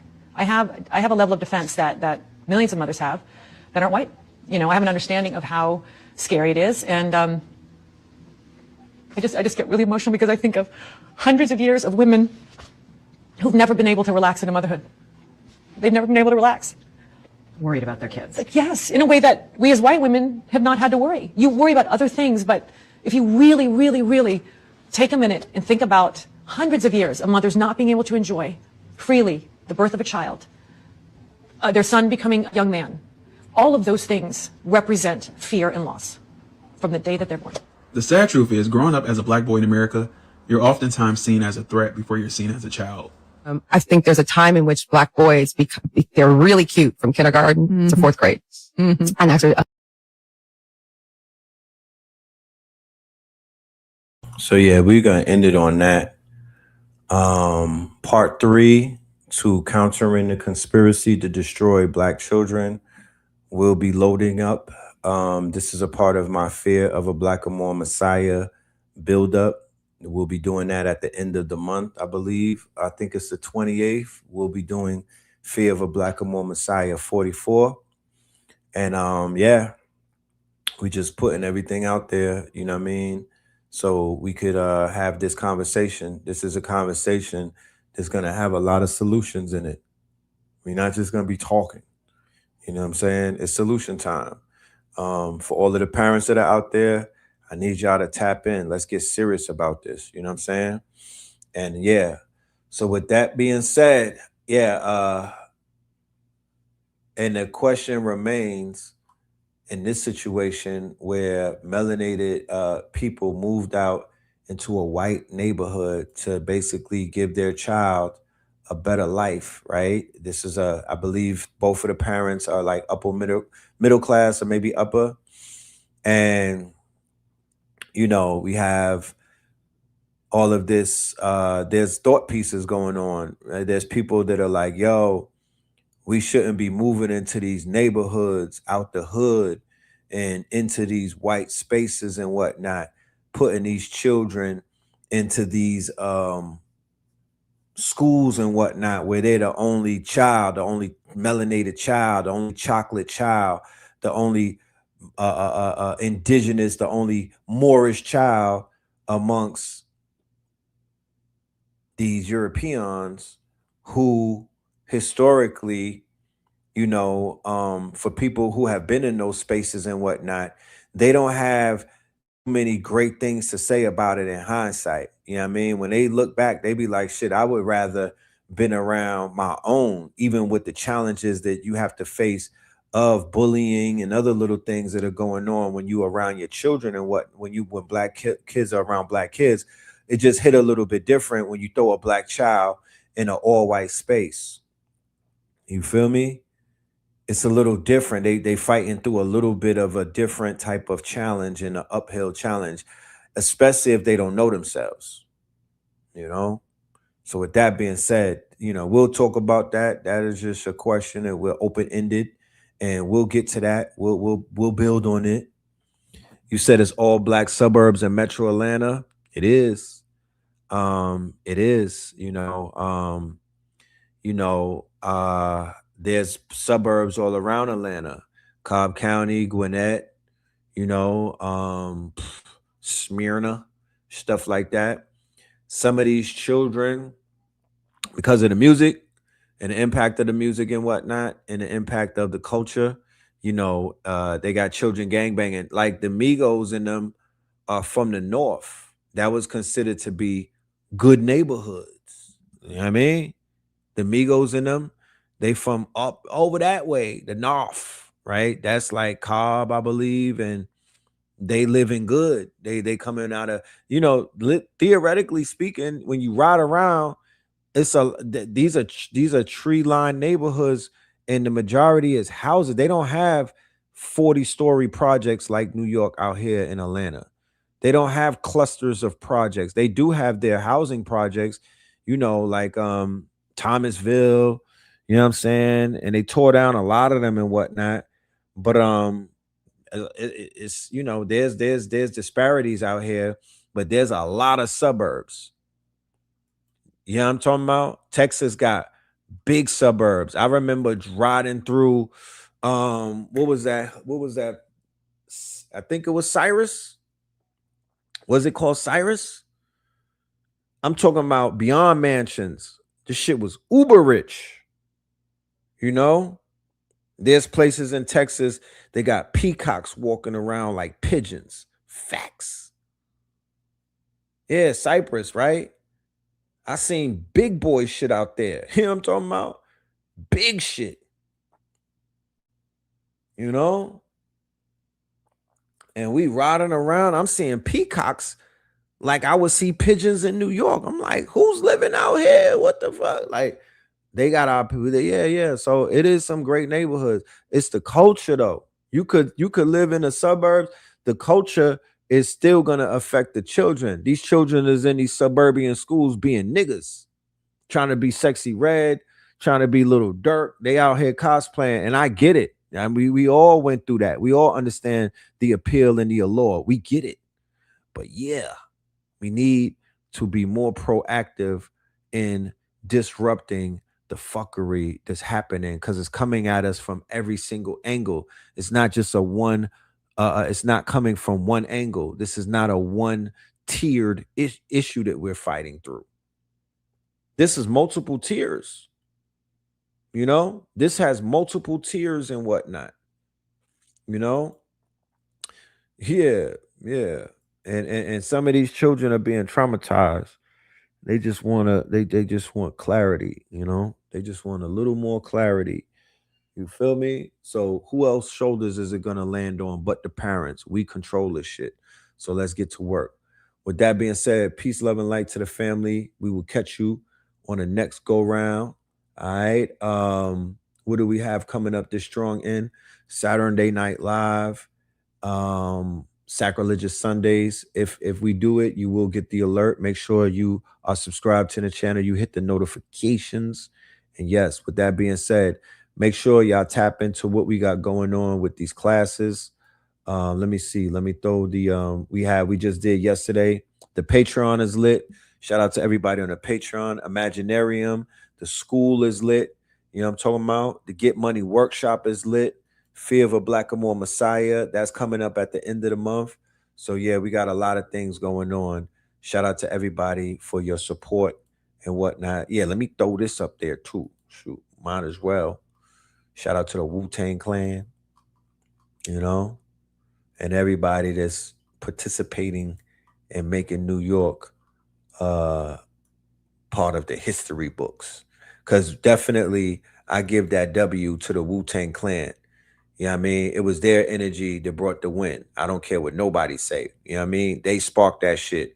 They brought that New York energy. They brought that OG energy into the building. The Killer Bees did that. So shout out to the Wu. You know what I mean? Wu-Tang for the children. You know what I mean? So with that being said, peace, love, and light. All right, we'll see you on the go round.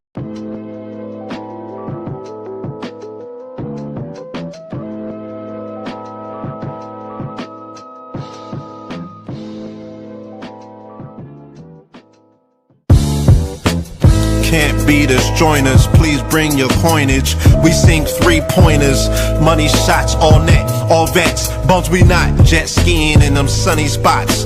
With women edible like gummy drops. Dummy stop, dummy stop. No weapon form can intercept a storm. Once my intellect is on, I'm projecting on magnetic fields and interact with blacks with athletic bills. I'm all about growth and development like residents of Ebbets Fields. Not to choose between woo and chew.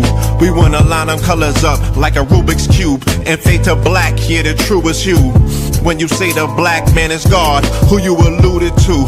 The usual Clarence 13X, a worthy guess. The words expressed come from the word in flesh. Elijah M, the NOI versus Leviathan. Messiah sent from the heavenly branches. 7 P's from since G-Dub cut down the cherry tree. In the wilderness of North Mex, and we flossing death and forced aggression, or forced perception, forced protection, or forced confessions. It's all a lesson. The sorcerers from Corsica, killer tonics, sticks and drums like the Philharmonic Orchestra. You niggas still playing harmonicas from officers, fabric softener. Jive turkeys popping 5 perkies, playing with keys, the Scotch storage type. For that soft white, we could've caught life, just being forthright. First class on my 4th flight, popping out like Fortnite. Every night we lit like porch lights. The meek shall inherit the earth, oh yeah, that's scorched type. And these niggas, they some hoes in these streets. Me, I'm 10 toes in these streets. They lost their souls, niggas got holes in their feet. Shit, I'm just worried about the craft and how to perfect it. Not worried about the craft, yeah, that's out of perspectives. Focus on the chip like I'm Robert Kraft, and then how to protect it. It's the waves of the oceans. Get to the money, nigga, save your emotion. Descendant of the slaves in the graves in the oceans. Mastermind that the waves is in motions. These niggas, they addicted to the folly, addicted to that molly. Making me a movie, them sticks made of holly. I'm Dr. Manhattan, sitting on top of Manhattan. When I get all 5 rings, snap my fingers and pop up on satin. Dressed in all black, yeah, drop top the Phantom. Blessed.